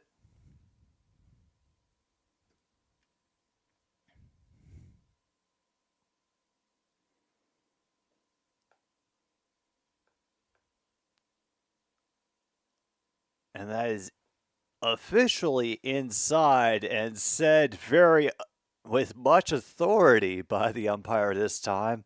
Mania giving a big yell of celebration after that double play. Very, very cool. 1-1 called. Strike makes it 1-2.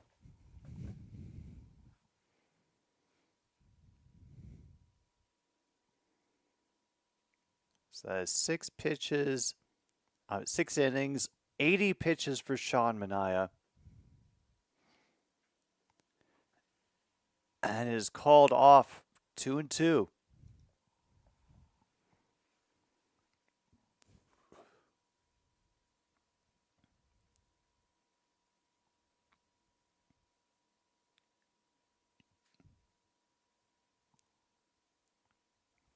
And another one outside.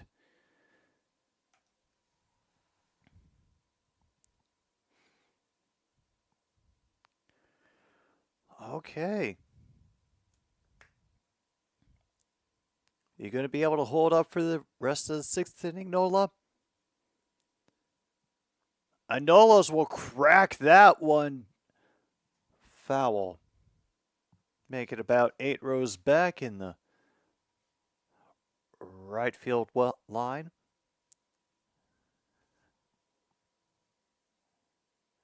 Well, they found one very sullen Phillies fan in the front row,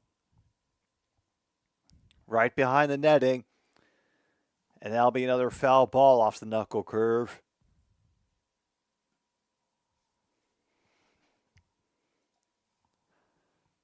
All right, Nola is up to 72 pitches for the game, which isn't a great amount, but it is getting up there.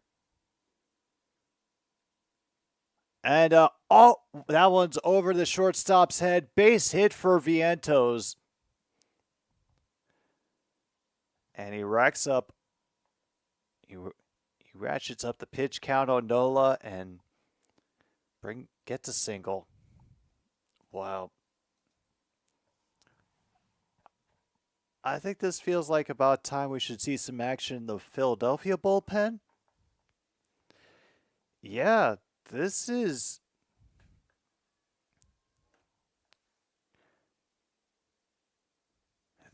interesting. I just wonder how they will do if they can ride this wave to the league championship.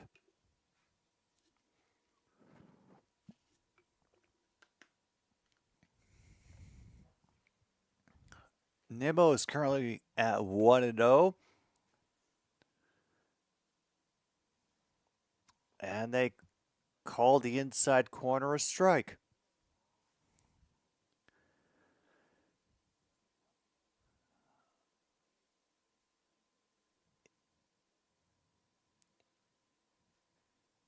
Wow.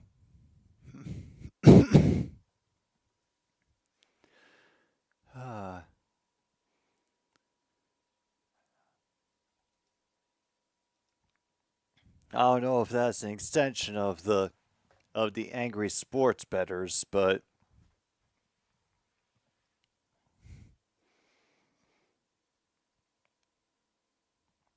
okay, there we go. We got people going. Strom and Kerkering warming up in the Philly bullpen.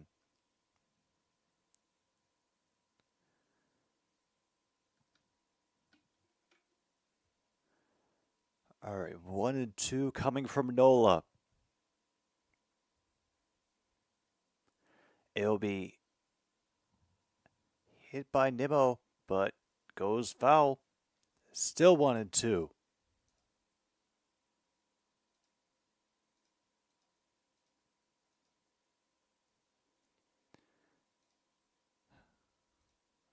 Close that. And meanwhile, St. Louis has gotten a interference penalty. So they just gave the Kraken a power play. A late 1-2 falls short.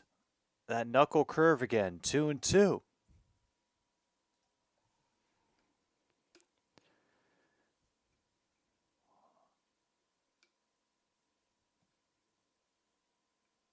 And Alonso is coming up again. He's one of the people who's gotten the solo shots tonight. And the knuckle curve again flutters outside. Full count.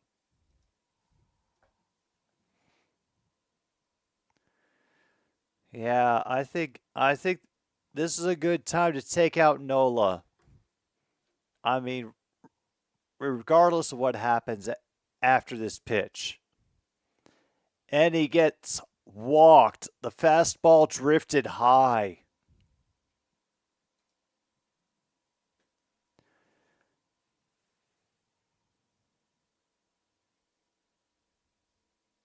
And now we have first and second with no outs.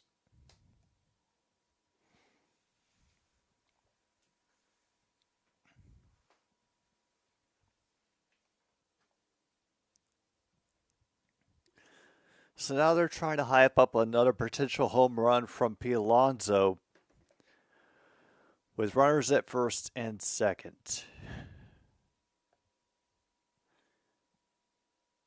There is a big conference going out on the mound right now.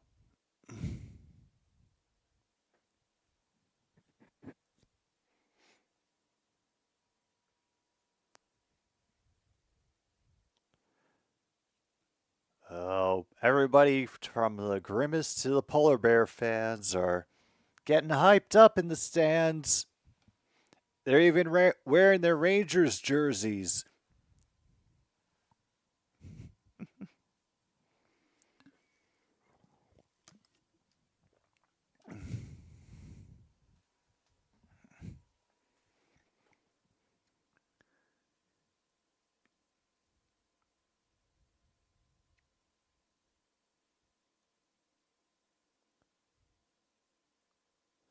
And it's a very low strike one, but still a strike. 0-1.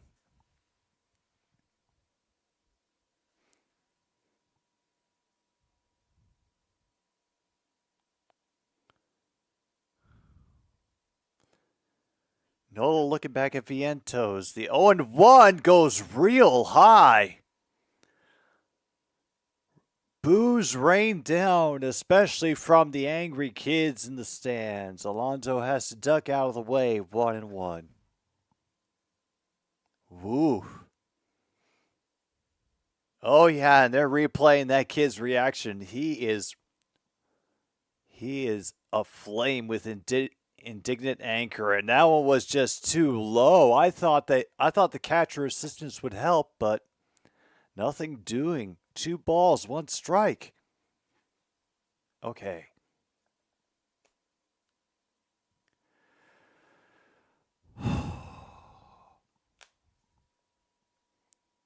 Looking back again, and a big swing on the knuckle curve. Puts it at 2-2. That damn thing was in the dirt, too.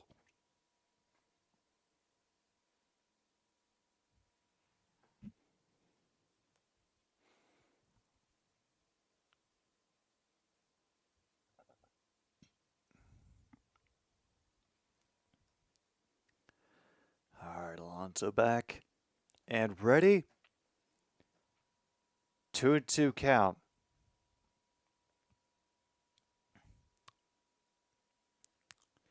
He checked his swing officially. Full count now.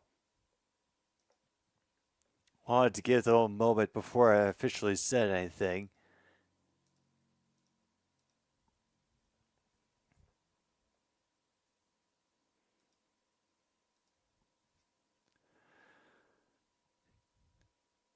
Noah looking back. Now the payoff.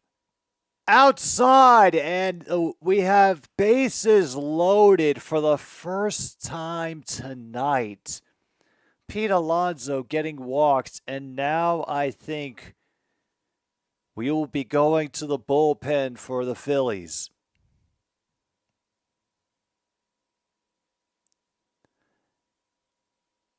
Iglesias will be up next, and yeah, we're getting a definite pitching change, so we have to step away from the official action. Meanwhile, Blues and Kraken are almost halfway through the third period, and is still 3-2 St. Louis.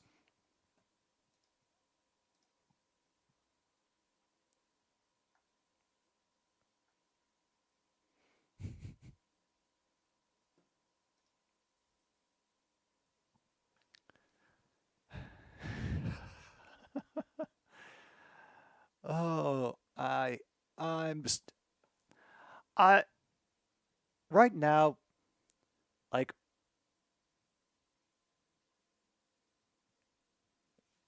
I've said for a while that you can't really know what to expect from a team until week 5 comes around. And yeah, I have to say, there are some major surprises here in the NFL as I'm looking through the rankings at week 5. And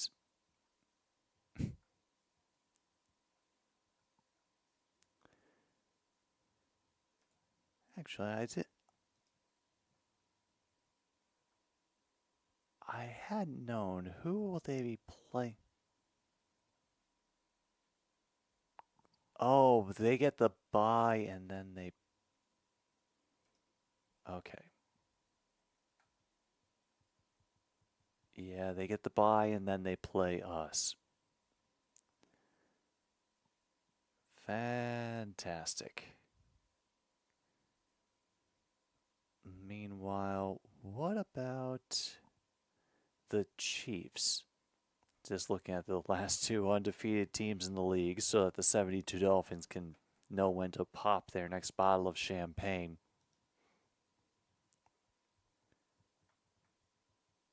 Oh, they get the bye as well, and then they get they get to play the 49ers, who are doing awful things on their own. Meanwhile, Kirkring gets a leadoff strike.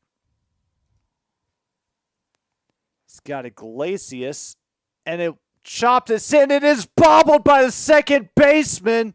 Unfortunately, he got it was in time to get the force out. But damn.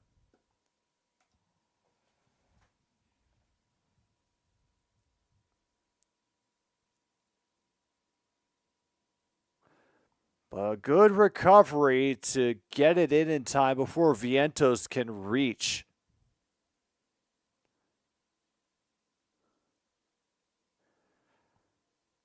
All right, here we are. Only 2 pitches, and we've already got 1 out for the Phillies here in the bottom of the 6th.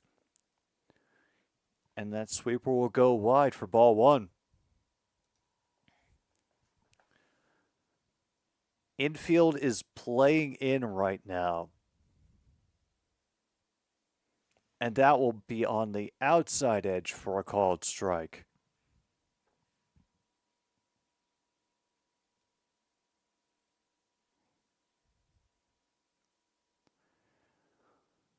One and one. Winker it'll go into left field and be an easy catch.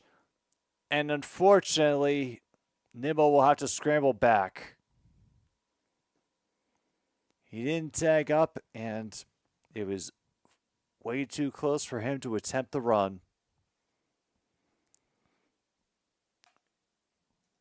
And now, wow, and he did tag up. It was just way too close.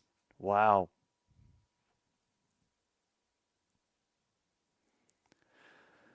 All right, here's Marte. He's got bases loaded with 2 outs, and that one is really inside. 1-0. And now the infield backs up a little bit. Center fielder a little off, and he cracks into shallow center. This will score at least 1.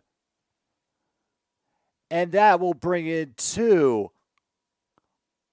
RBI single for Marte. Mets now up 4-0 on the Philadelphia Phillies. And the grimace shakes are infinite here at Citi Field.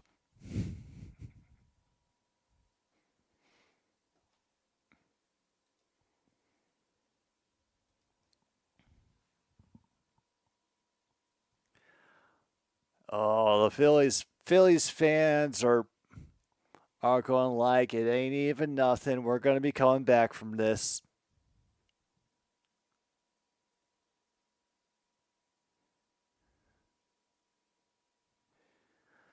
Now Taylor trying to join the fun. Kerkering will break his stride to send Iglesias back to second.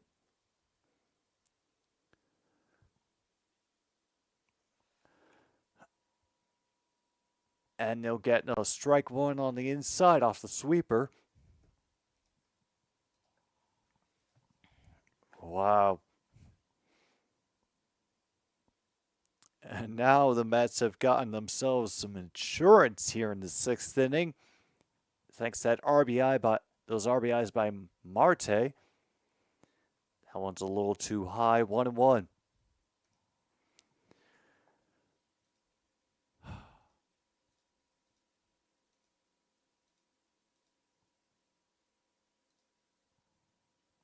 Meanwhile, this will be on the ground to the third baseman, and it'll be an easy play to second to get Marte out and end the 6th inning, but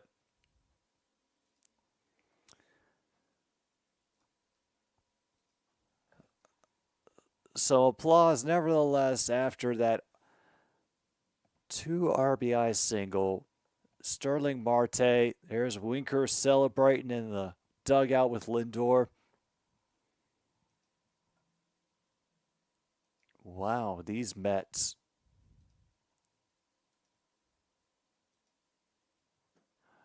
Well, since I think we've looked up just about every other possible league that we can. Oh no, there are already Thanksgiving weekend predictions are in from the CFL.ca staff, and nobody thinks that the Red Blacks are going to beat the Alouettes this weekend.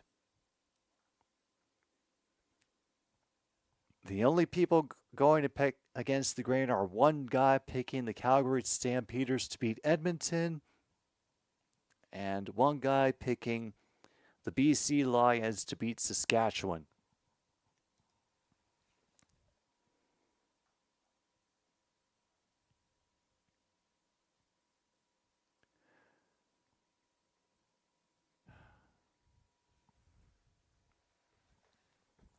Oh, Toronto. You should have a playoff spot locked up, and yet, you don't.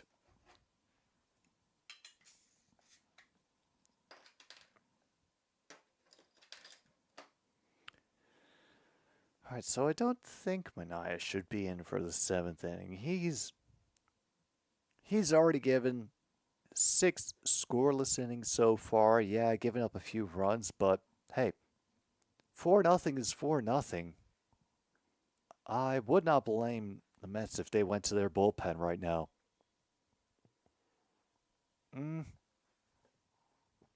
How many are picking each game? 1, 2, 3, 4, 5, 6. 6 total people picking each game. And also, every single one of them picked Winnipeg over Toronto.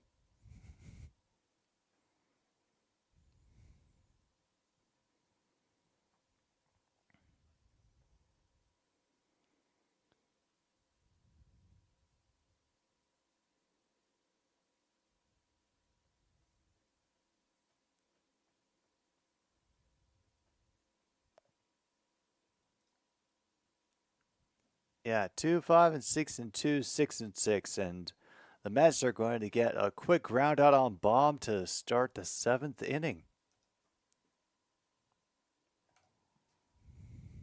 Well, the in-house DJ even has her own chamois that she stole from the car wash down the block. Oh, they're going to put Mania out for the 7th inning. Wow.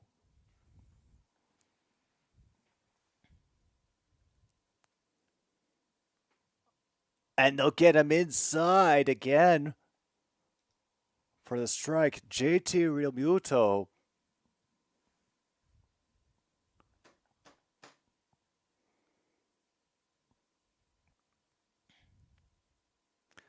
This will be a chopper to the shortstop again. Caught a little off balance, but still caught. And that is 2 pitches, 3 pitches, and yeah. Mania is getting an easy 7th inning under his belt. Oh, meanwhile, Boston versus the Montes is about to start. Oh, I think Monty is hiding in the bedroom.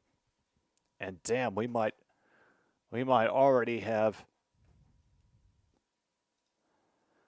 the 7th inning pause for the cause coming up.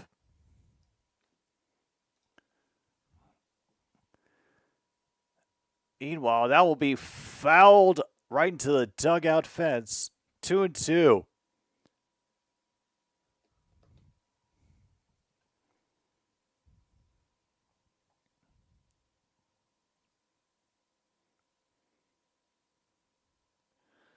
Great day for Mania. Can he keep it up here?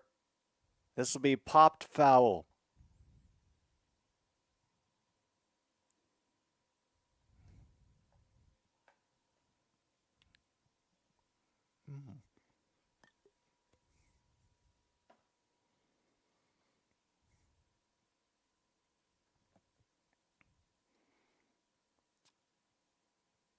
And he didn't check his swing.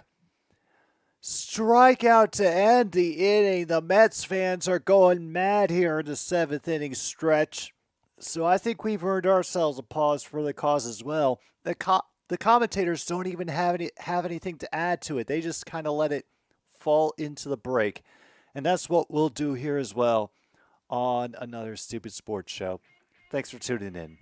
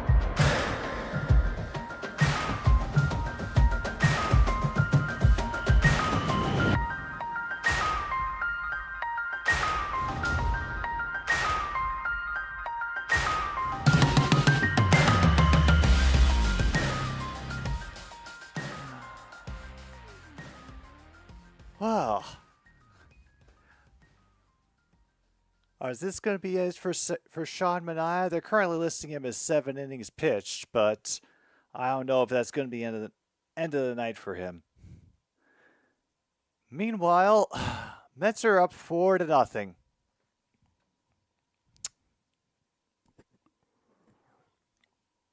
Mm-hmm. Good times all around, Luke. Always. Also, the Feral Cats say hi. They have been waiting around for a second dinner, so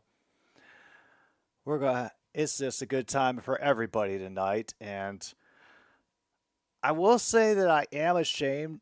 I am not ashamed is not the correct word, but I am disappointed that we didn't get more of a fight out of the Phillies bullpen tonight. I don't know if this is like specifically an issue for them, but we do have a new pitcher in now for the Phillies. Jose Alvarado is now in. And we got some heat now coming 99 miles per hour to Francisco Alvarez. You know, you might be right. But I'll change it back if we end up needing to go to the bottom of the ninth. Because we still do have 2 more opportunities. Oh, wait. Yeah, we still do have 2 more opportunities, and then another one inside. We're up to 1 and 2. You blame Robert Saleh? I mean, it would be kind of hilarious if the Mets make it to the World Series and they invite Robert Saleh or give him tickets. Oh yeah, Tim. Are you ready for Drake May to get essentially thrown into the fire this week?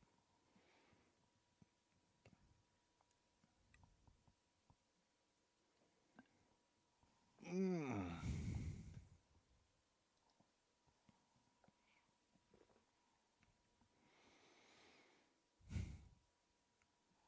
100 miles per hour for the strikeout, and yeah. Oh, I'm worried right along with you, Tim. I feel like Drake May is essentially getting thrown to the Lions, and he doesn't know how to be friends with them quite yet.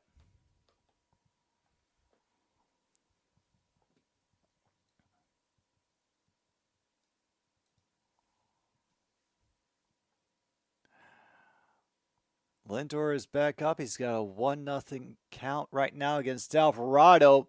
This one will be popped up right in the infield. Bohm will catch that for out number 2.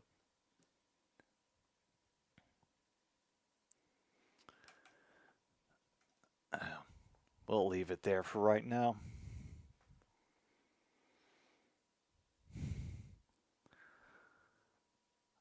I will wait until we get to the top of the ninth. I mean, to fully correct things.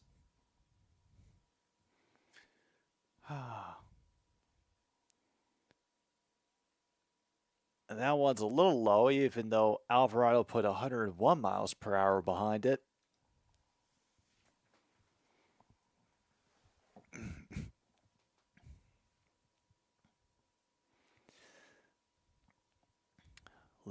Vientos files that back.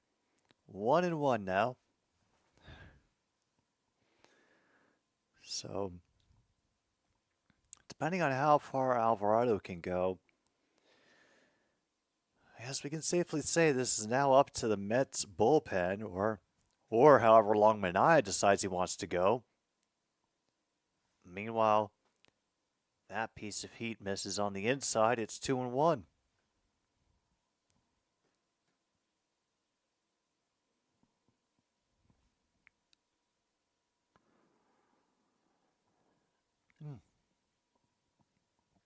Hey, Sticks.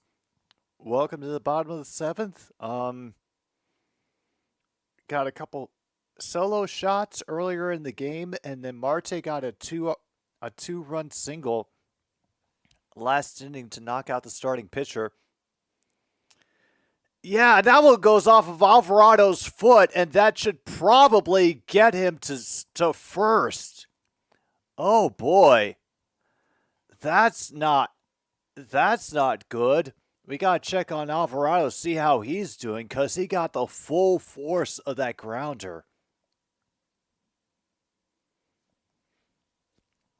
Like the Phillies pitcher was actually doing pretty decently aside from those solo shots, but now, yeah, that's insurance.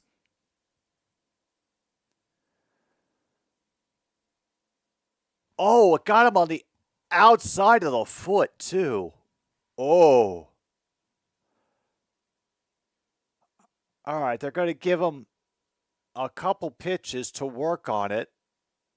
And, oh, I don't know. Oh, I don't know if they should keep him in for this. Mets have gotten a pitch runner in off of that single, but oh, man.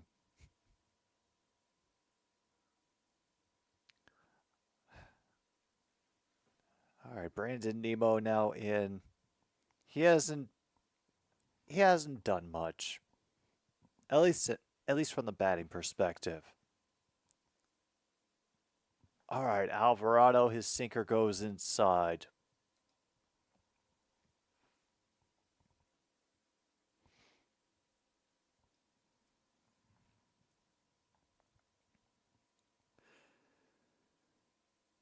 And I, man, well, just walking around,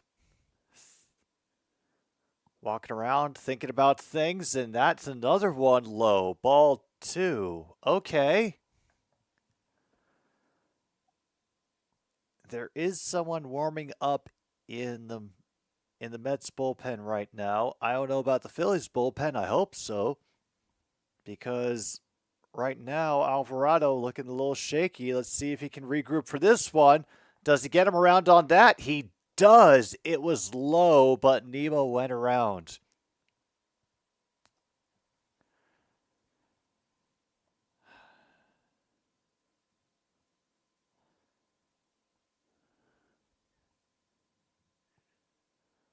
All right, Nemo will take his time out at Alvarado. Think about things on the mound for a little while.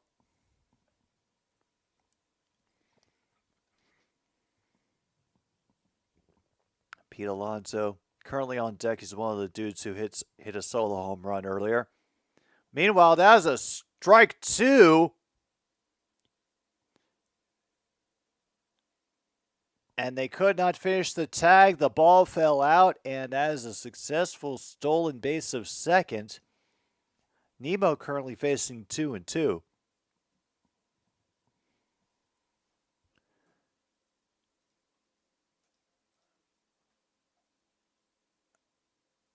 Oh, and that's a final in there. Blues 3, Kraken 2.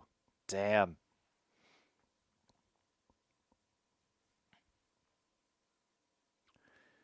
All right, Alvarado looks back. Here's the delivery.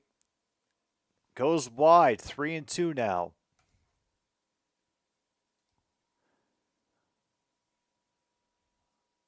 Oh, yeah.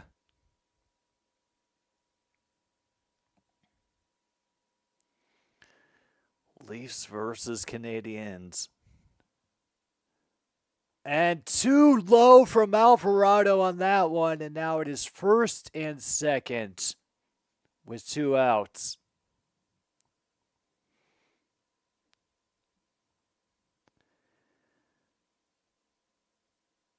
And again, the Mets fans have been getting on their feet throughout the game for one reason or another. The catcher brings everybody in for a little pizza for another situation. And we wait for the first pitch.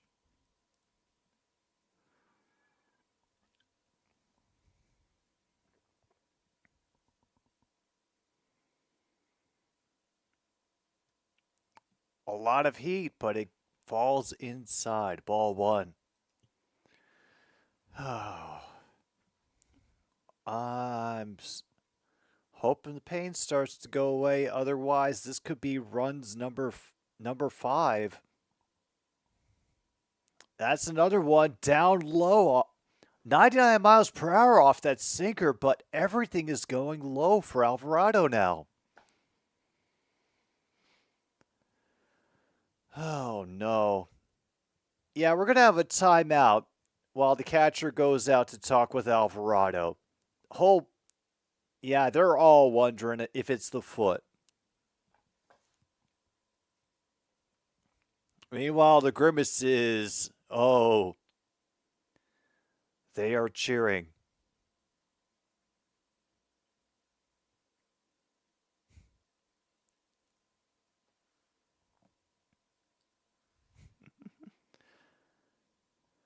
All right, conference is over. We'll get the at bat to continue. We're still at 2-0, and the Mets fans are having an absolute ball at Citi Field tonight.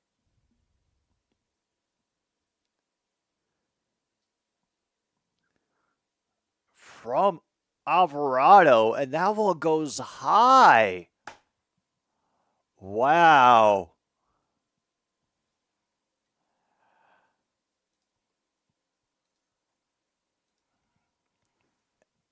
And it goes high again. Oh, come on. Man, Alvarado, if the foot's really bothering you that bad, come on, this is no time to play hero. Really.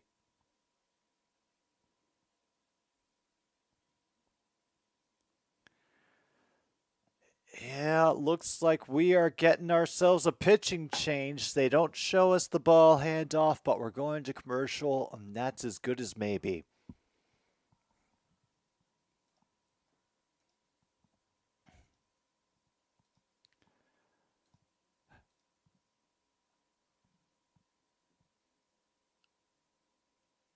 Let me see how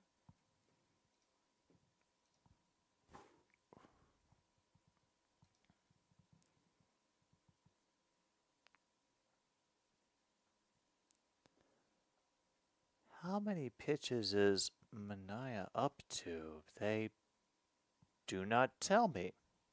But only two hits on the night, 2 walks, 6 strikeouts.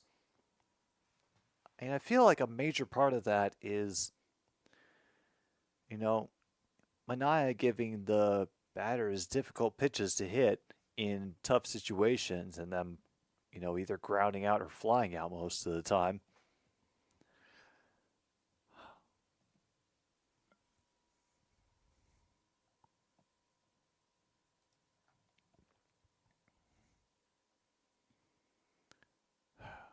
Wow.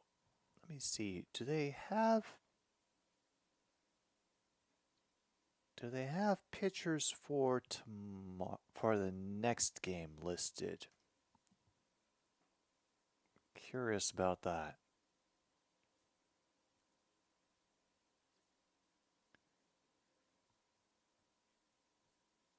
Okay, they do. Yep, next one. They're really stacking them up. Tomorrow, same time, it'll be Ranger Suarez versus Jose Quintana.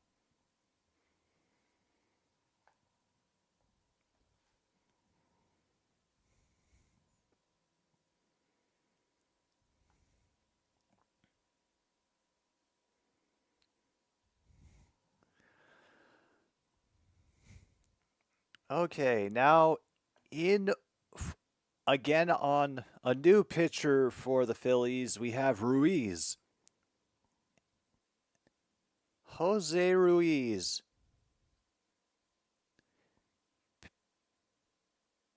Pitched in game 2. Working Iglesias catches the inside corner with his sinker for strike one.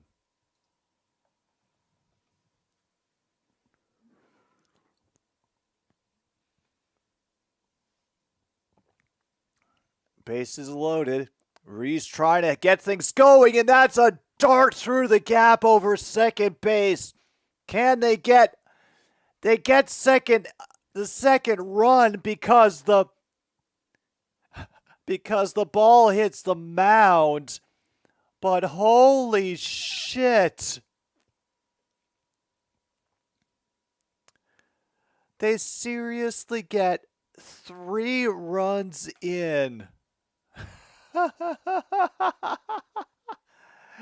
And we are down to. We are still at 2. Oh yeah, we end the inning, yeah, but holy crap, they got 3 outs on that last hit because it went so far and bounced off the pitcher's mound and away from the plate. Wow.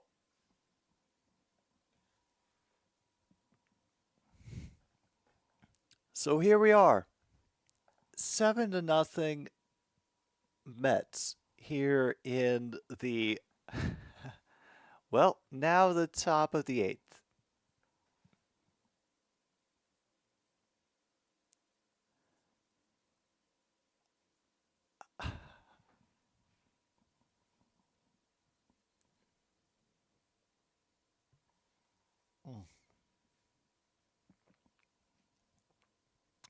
Also, Jesus Gets Us ad. Whenever people make signs about how God hates us, they usually go to a printer and include some sort of semblance of graphic design. It's not just scribbled onto a piece of cardboard. Because when God hates people, he usually gives his haters a big budget.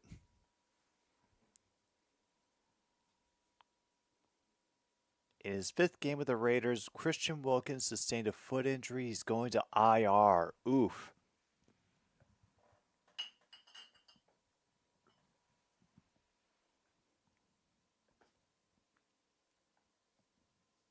Oh, of course the game is delayed to raise the Stanley Cup banter. Why not? In fact, hang on. We deserve it. Hang on.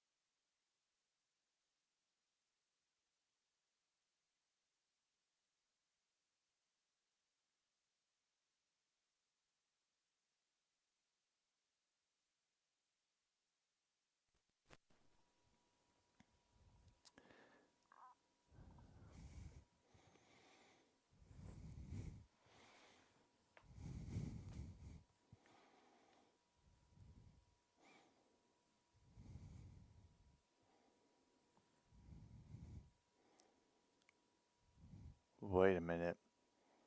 Mania is still in the 8th inning.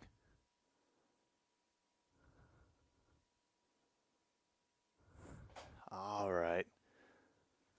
There you go.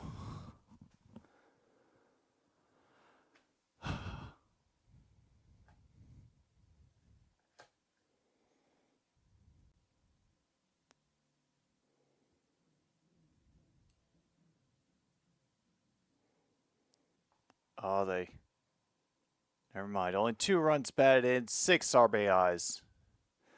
Has to throw it in the dirt. It does not get there. So, infield single for Philadelphia. No, Monty cares not. He got his Stanley Cup. He doesn't care anymore.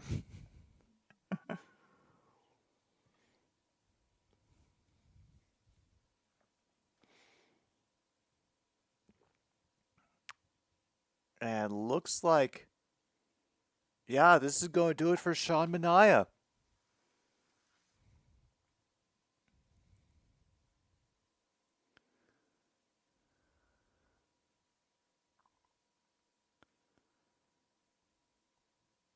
And they pat him. He is done for the night. And the crowd gives a roar of approval for how Sean Manaea has done tonight. He tips his hat to the crowd. And yeah, great performance. Now let's just hope that the bullpen can support him here through the 8th and the ninth.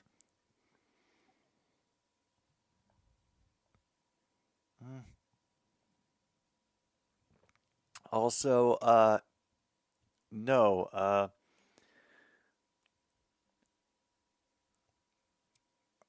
there is nothing that could make the hurricane go away unless we suddenly decide to move away from car-centric city planning and commit to hitting climate goals. But, of course, those aren't issues that affect real Americans. So,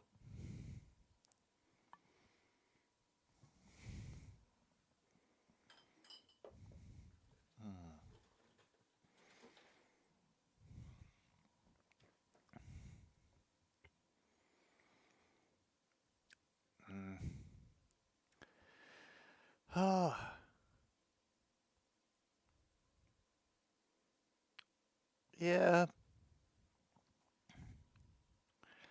Well, that's really something you should work it out with your boss on your own time, True North. You know, different people have different ways of either showing their praise or, you know, seeking it. Or at least acknowledging that their contributions are heard, and sometimes it is difficult to know what that is.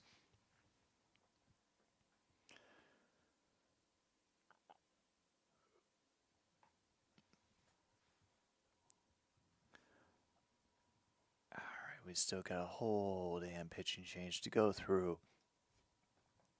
Meanwhile, an undecided for Detroit pitching for the next game against the Guardians. Meanwhile, Alex Cobb will be starting for Cleveland.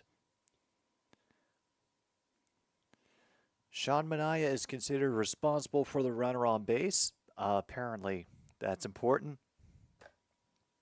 Meanwhile, Phil Maton is out on the mound.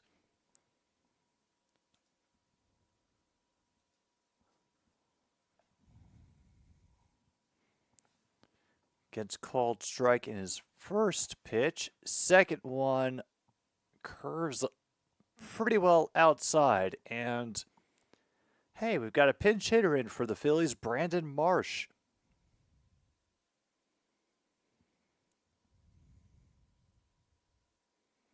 One and one from Maton. Catcher assistance helps that curveball catch the corner. 1 ball, 2 strikes.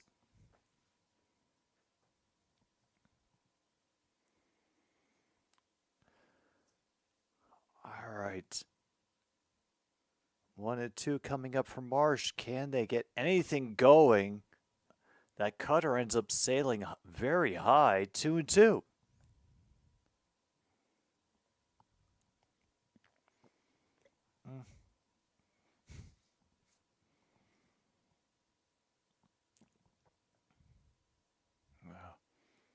Manaea looking on. Did he go around? I didn't. It seemed pretty shallow for a swing, yeah.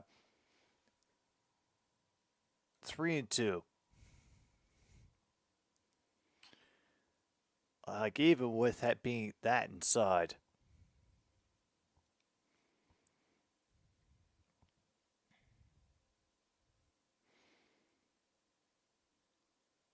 Yeah.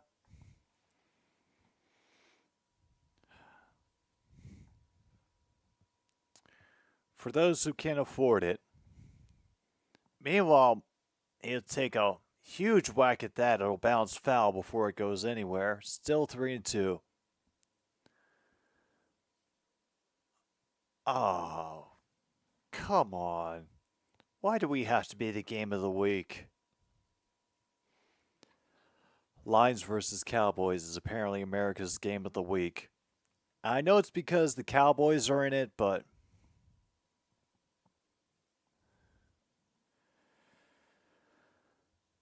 all right, full count delivery coming from Matan. And he gets him through the middle with the sinker. Strikeout for out number one.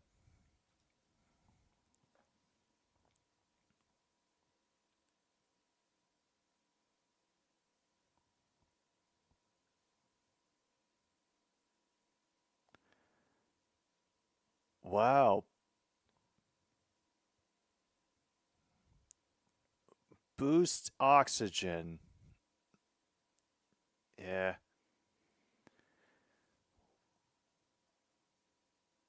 Well, there have also been people who are trying to convince us that we need plagiarism software in order to write. So, all right, that one's outside. 2-0 now.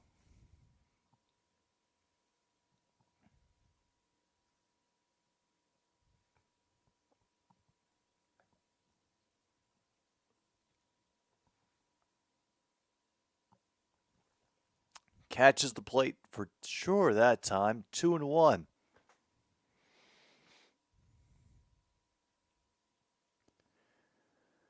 All right. Still got the runner on first. You're not totally behind here, Philadelphia. But that was a little bit too inside. 3-1.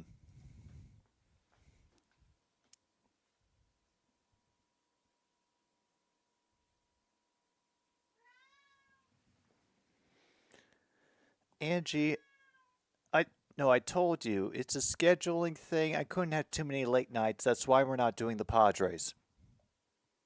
Meanwhile, that is a walk for Kyle Schwarber.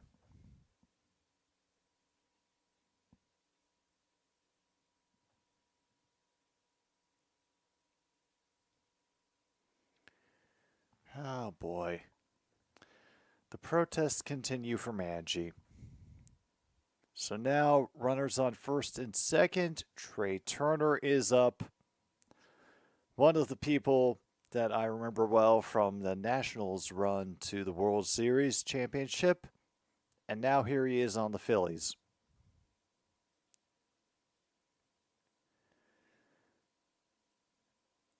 That will get deflected foul.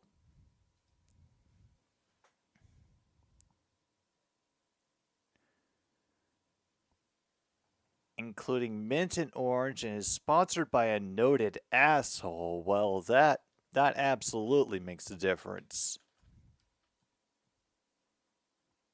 Oh.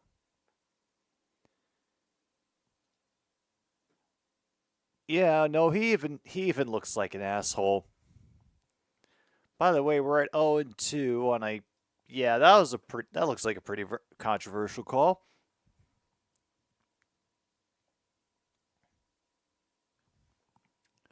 No, that was real outside. Don't even try to argue that one, Mets fans. Just don't. Save yourself the embarrassment.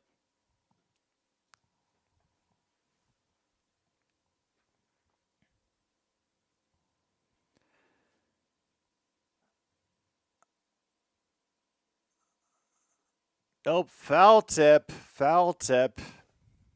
Still 1-2.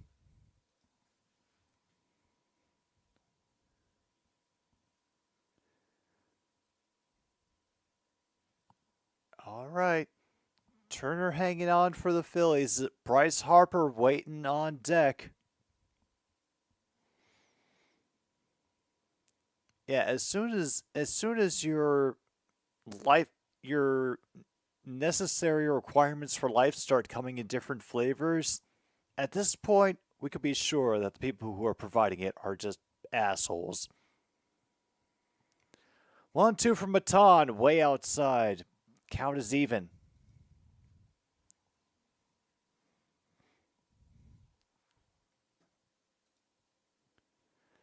Meanwhile, Bruins and Panthers has gotten started.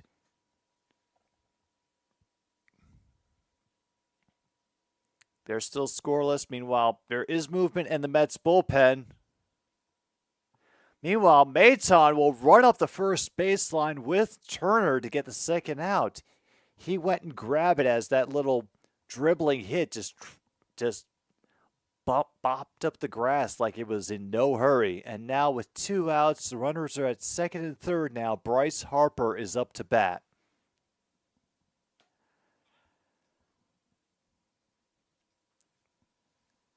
Some conspiratorial whispers in the dugout, but it doesn't look like we're going to get a pitching change of any kind.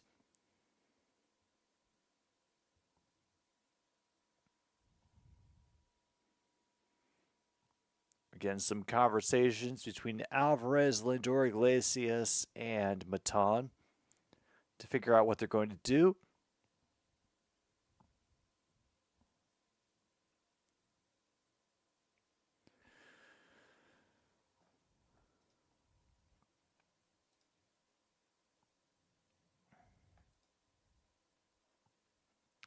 Yeah, the announcers really want a home run from Bryce Harper, so they're saying, go after him. What have you got to lose?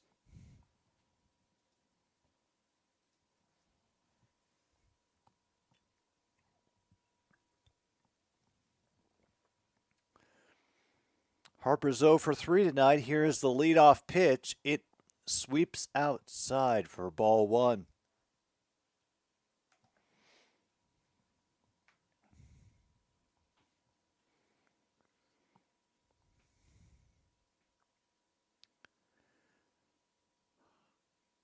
Harper awaits. Schwarber at second. That cutter flies high, 2-0.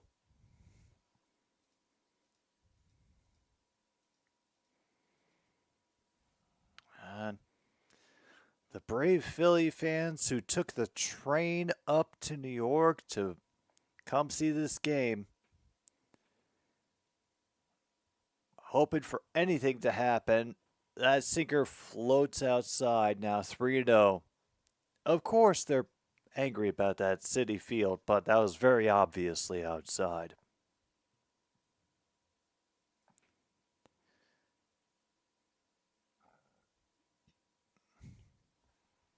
But they do manage to find the strike zone that time, 3-1.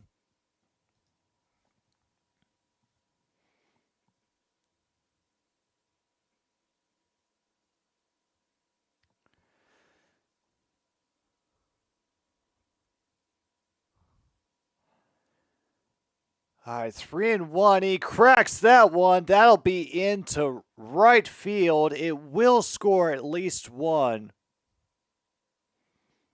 But now they have runners at the corners and 2 outs.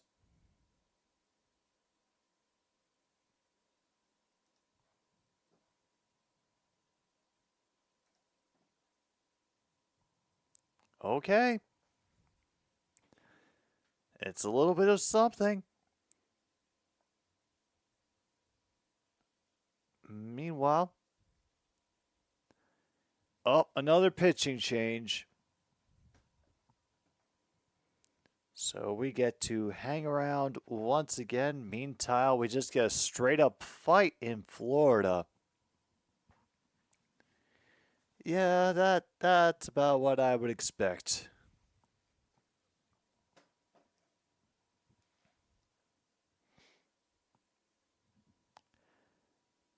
Actually,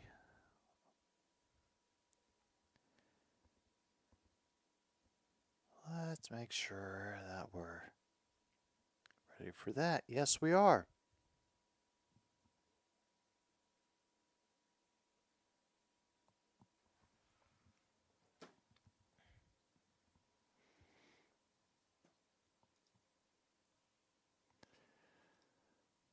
Not sure who's coming in for the Mets right now, but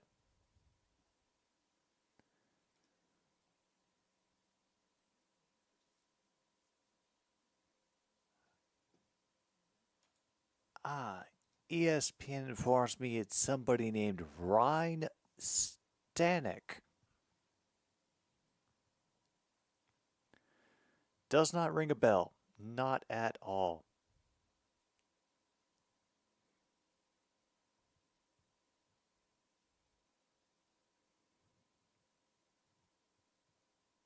Seems like purely a bullpen guy. No real stats to speak of, but manages to get out of innings without drawing too many runs. So,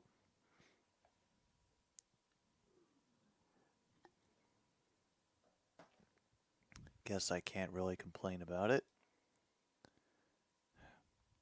Still no score in Bruins Panthers. Kevin O'Leary still looks like a douche.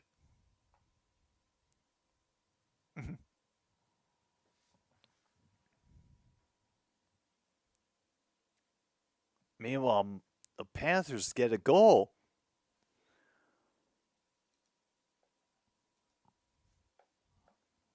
Oh, hasn't shown up over here. But then again, I'm also looking just at the generic Google scoreboard. Stanek is out, and that will be drilled into right field, and that'll move runners to first and second now.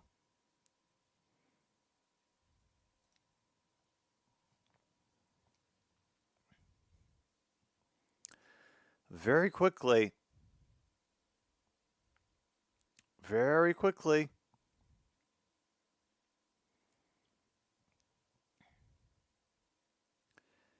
This is Baum that is up, who has been real dry, except for one single in the fourth. And the noise comes up again at Citi Field. Harper at second.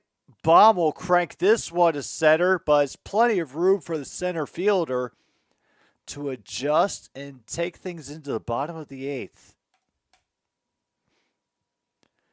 They do get on the board. 5 hits for the Phillies, 8 runs for the Mets, but it's still 6-2 New York with the OMG ahead as things are starting to look bleak for Philadelphia. Meanwhile, Montes have already got their second goal.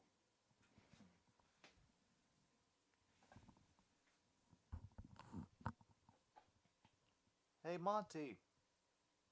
Monty. Oh no. Yeah, Monty's just sitting on the table with the full loaf. Monty's just full loaf, eyes closed. I know nothing of what you speak, for I am at one with the universe pose right now. So, yeah, I think he's more than comfortable with how the Florida Panthers are going to do this season.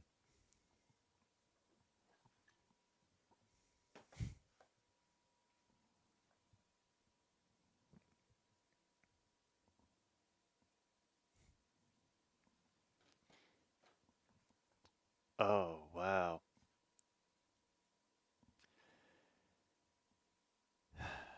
They are really, really trying to make me scared. Still not working.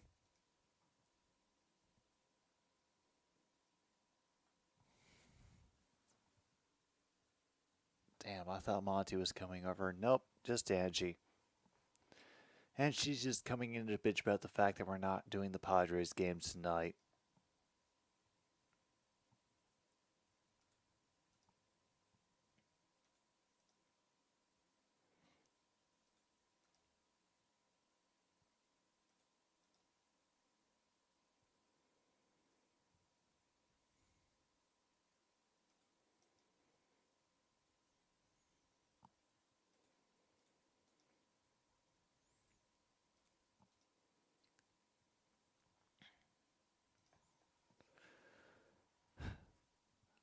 Well, let's see. Who ended up scoring that second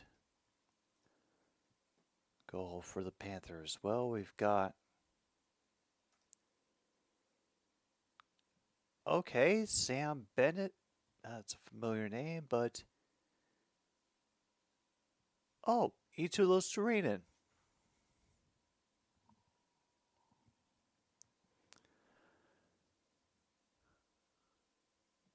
Meanwhile, we have another new pitcher in for the Phillies, Carlos Estevez.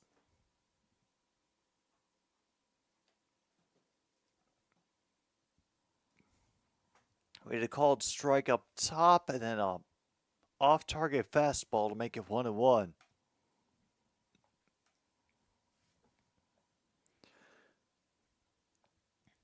JD Martinez currently at bat. Checks his swing, and that fastball was low. 2-1.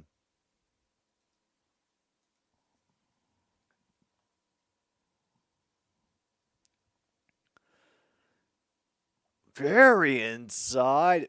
Doesn't hit Martinez somehow, and that is 3-1. Incredible.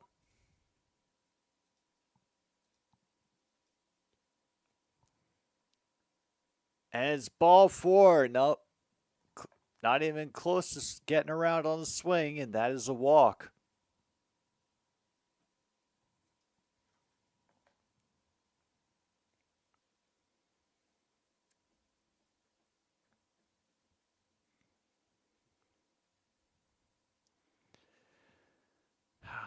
All of the series tied. And the one that's most interesting to me right now, honestly, Royals and Yankees. Wondering if they can actually make a dent in it. Meanwhile,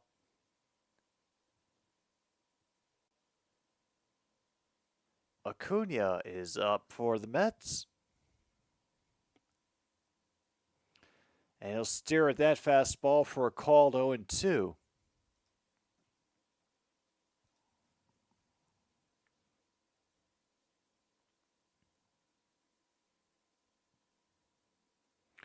And he goes for it high. Strike three.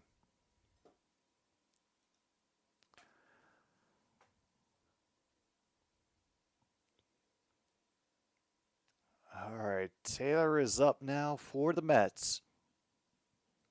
And we may get to reduce this thing down to 3 outs sooner than we think.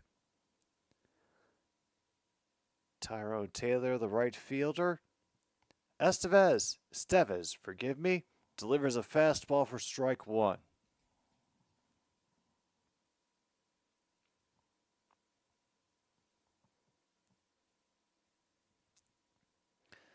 Estevez not wasting any time with his slider, but it goes low, 1-1.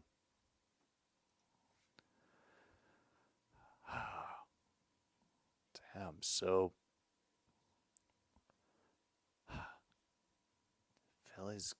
Phillies might be on the edge of elimination. It's a check swing, but it goes off the hands, and he can't force it forward with his glove.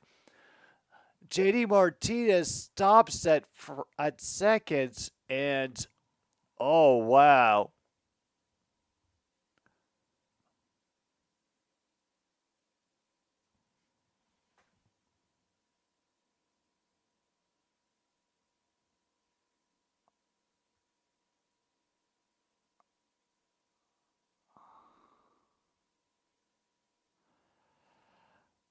He tried to do the glove scoop to get the out at first, and he completely missed. Like, I see what he was going for, but it just did not get done. All right, Francisco Alvarez is now up. Batters at first, runners at first and second, 1 out. That will be fouled back for strike one.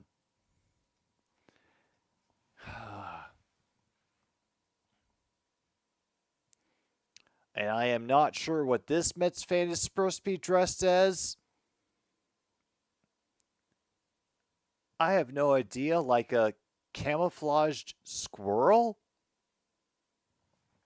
All right, we're at 0-2 now after a swing and a miss.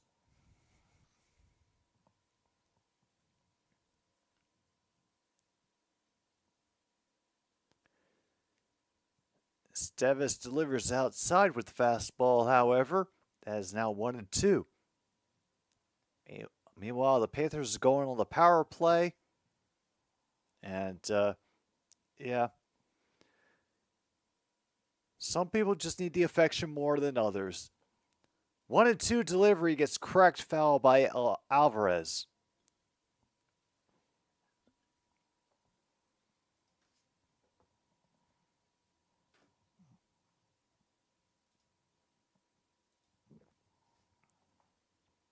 All right. Back we go. I feel like the Mets fans at the moment are saving their energy for cheering their team on through the top of the ninth. Looking back at Martinez, Estevez ends up going outside, make it 2-2.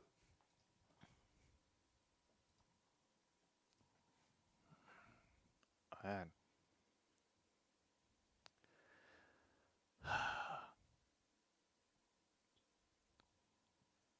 Had some great batting tonight by the Mets, and wow, Alvarez is giggling after that foul ball. That is not really a face you expect to see from a player during the MLB playoffs. All right, 2-2 coming back. Estevez will get him with the heat for out number 2.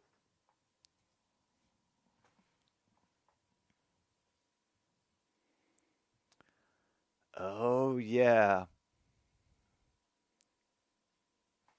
I still got to look up exactly how stupid the Padres and Dodgers got, because I knew that people were jawing at each other, players jawing to fans, but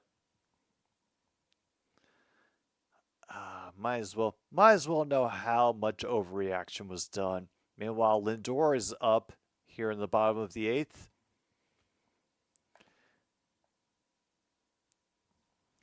That'll be a low changeup for strike 1. Yeah, they have handled themselves very well here in Game 3. Even with giving up a couple of runs here in the top of the 8th, they could afford it with the insurance that they'd gotten so far.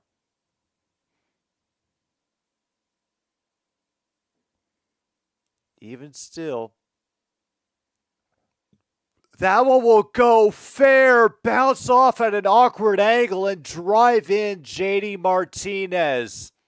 Meanwhile, Taylor will hug the second base.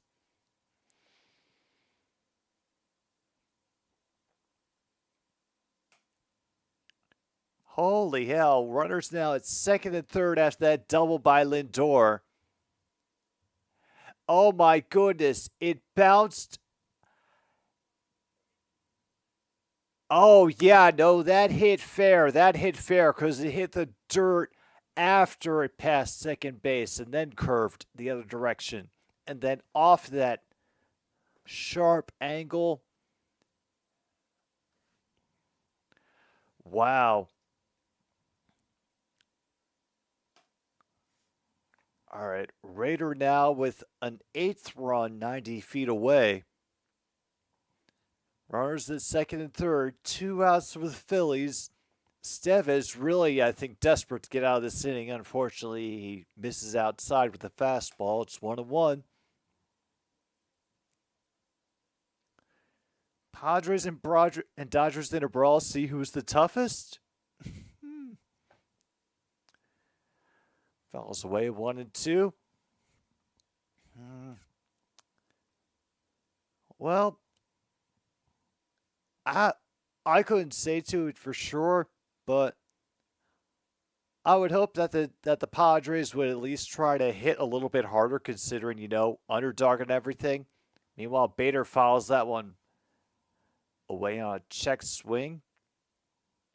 Still 1-2, and damn, they're bringing out Pinball Wizard. They're really desperate here at Citi Field.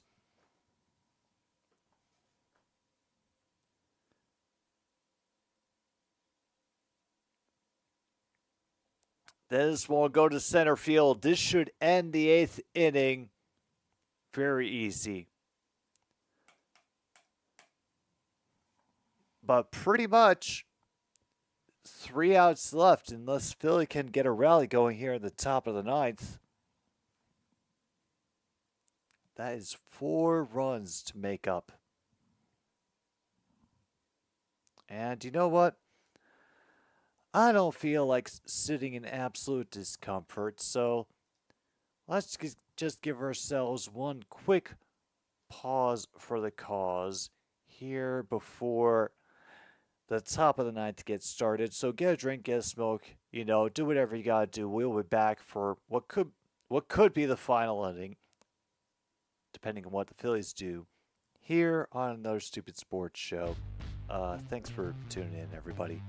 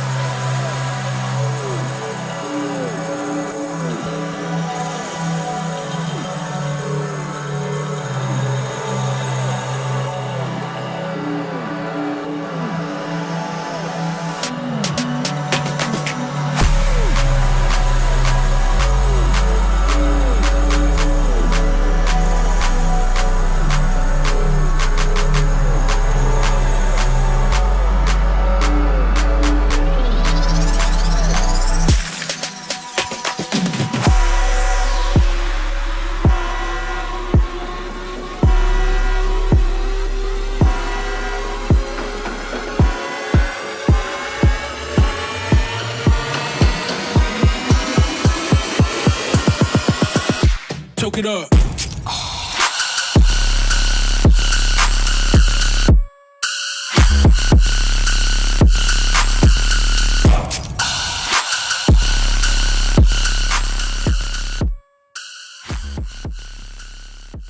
Alright, we are back here on another Stupid Sports Show. Real Muto has got 1-0 so far. Ryan Stanek still in pitching. And that one just misses the high quarter of the zone. And we are at 1-1.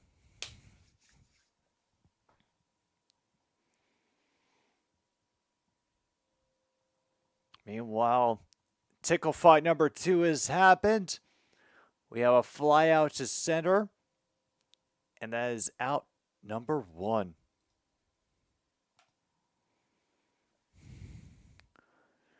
Nola, once again, the starter for the Phillies, Nola, didn't really do that bad until he ran into that rough inning near the end of his appearance in the game. But oh, the fans are letting him have it. Yeah. And all those runs still belong to him because he walked everybody who ended up scoring.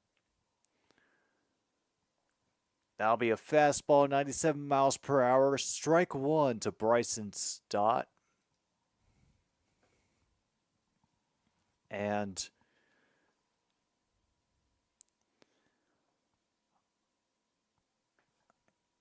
not enough on that splitter, 1-1. Oh, I really want for tomorrow USC Oregon. Go at least 4 sets. Please don't give me another sweep. fouled away, 1-2.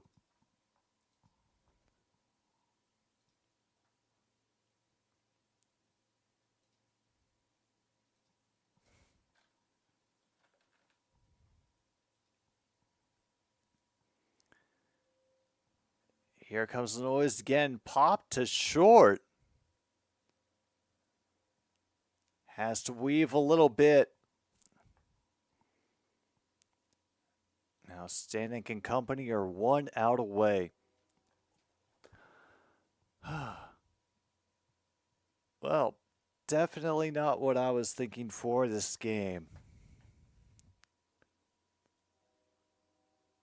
And the booze even raining down for this last guy, Cody Clemens. Oh, wow. No wonder they got a boo going. They get a called strike 1 on the inside.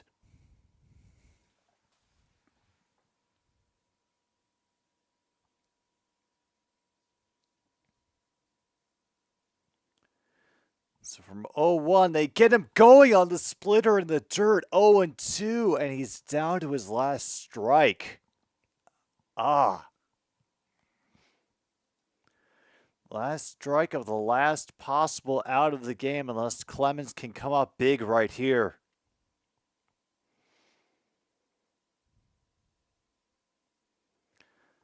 That is a little high.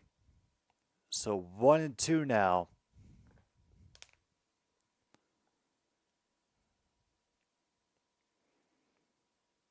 Yeah, the guys in the Phillies dugout are just drinking their mineral water and considering what could have been.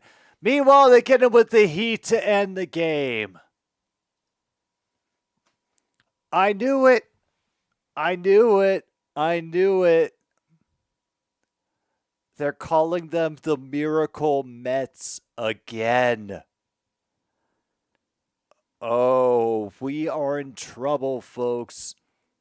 The Mets fans are going to get their heads so inflated from this game. Please do your best to bring them back down to earth. Try to work within the bounds of decent human behavior if possible. But damn. Very little show from the Phillies tonight. A very dominant performance by not only the Mets pitching, but the hitting as well. And it is 7-2, the final over the Philadelphia Phillies here in the MLB Divisional Round. So I guess it's going to do it for me here on another Stupid Sports Show tonight. It was a nice time hanging out. I appreciate everybody who stuck around, updating me on scores and whatnot and everything. I will see you tomorrow for some NCAA women's volleyball. But for now, this is Jim B on 106.9 Click FM. Thank you for tuning in, and good night, Milwaukee, wherever you are.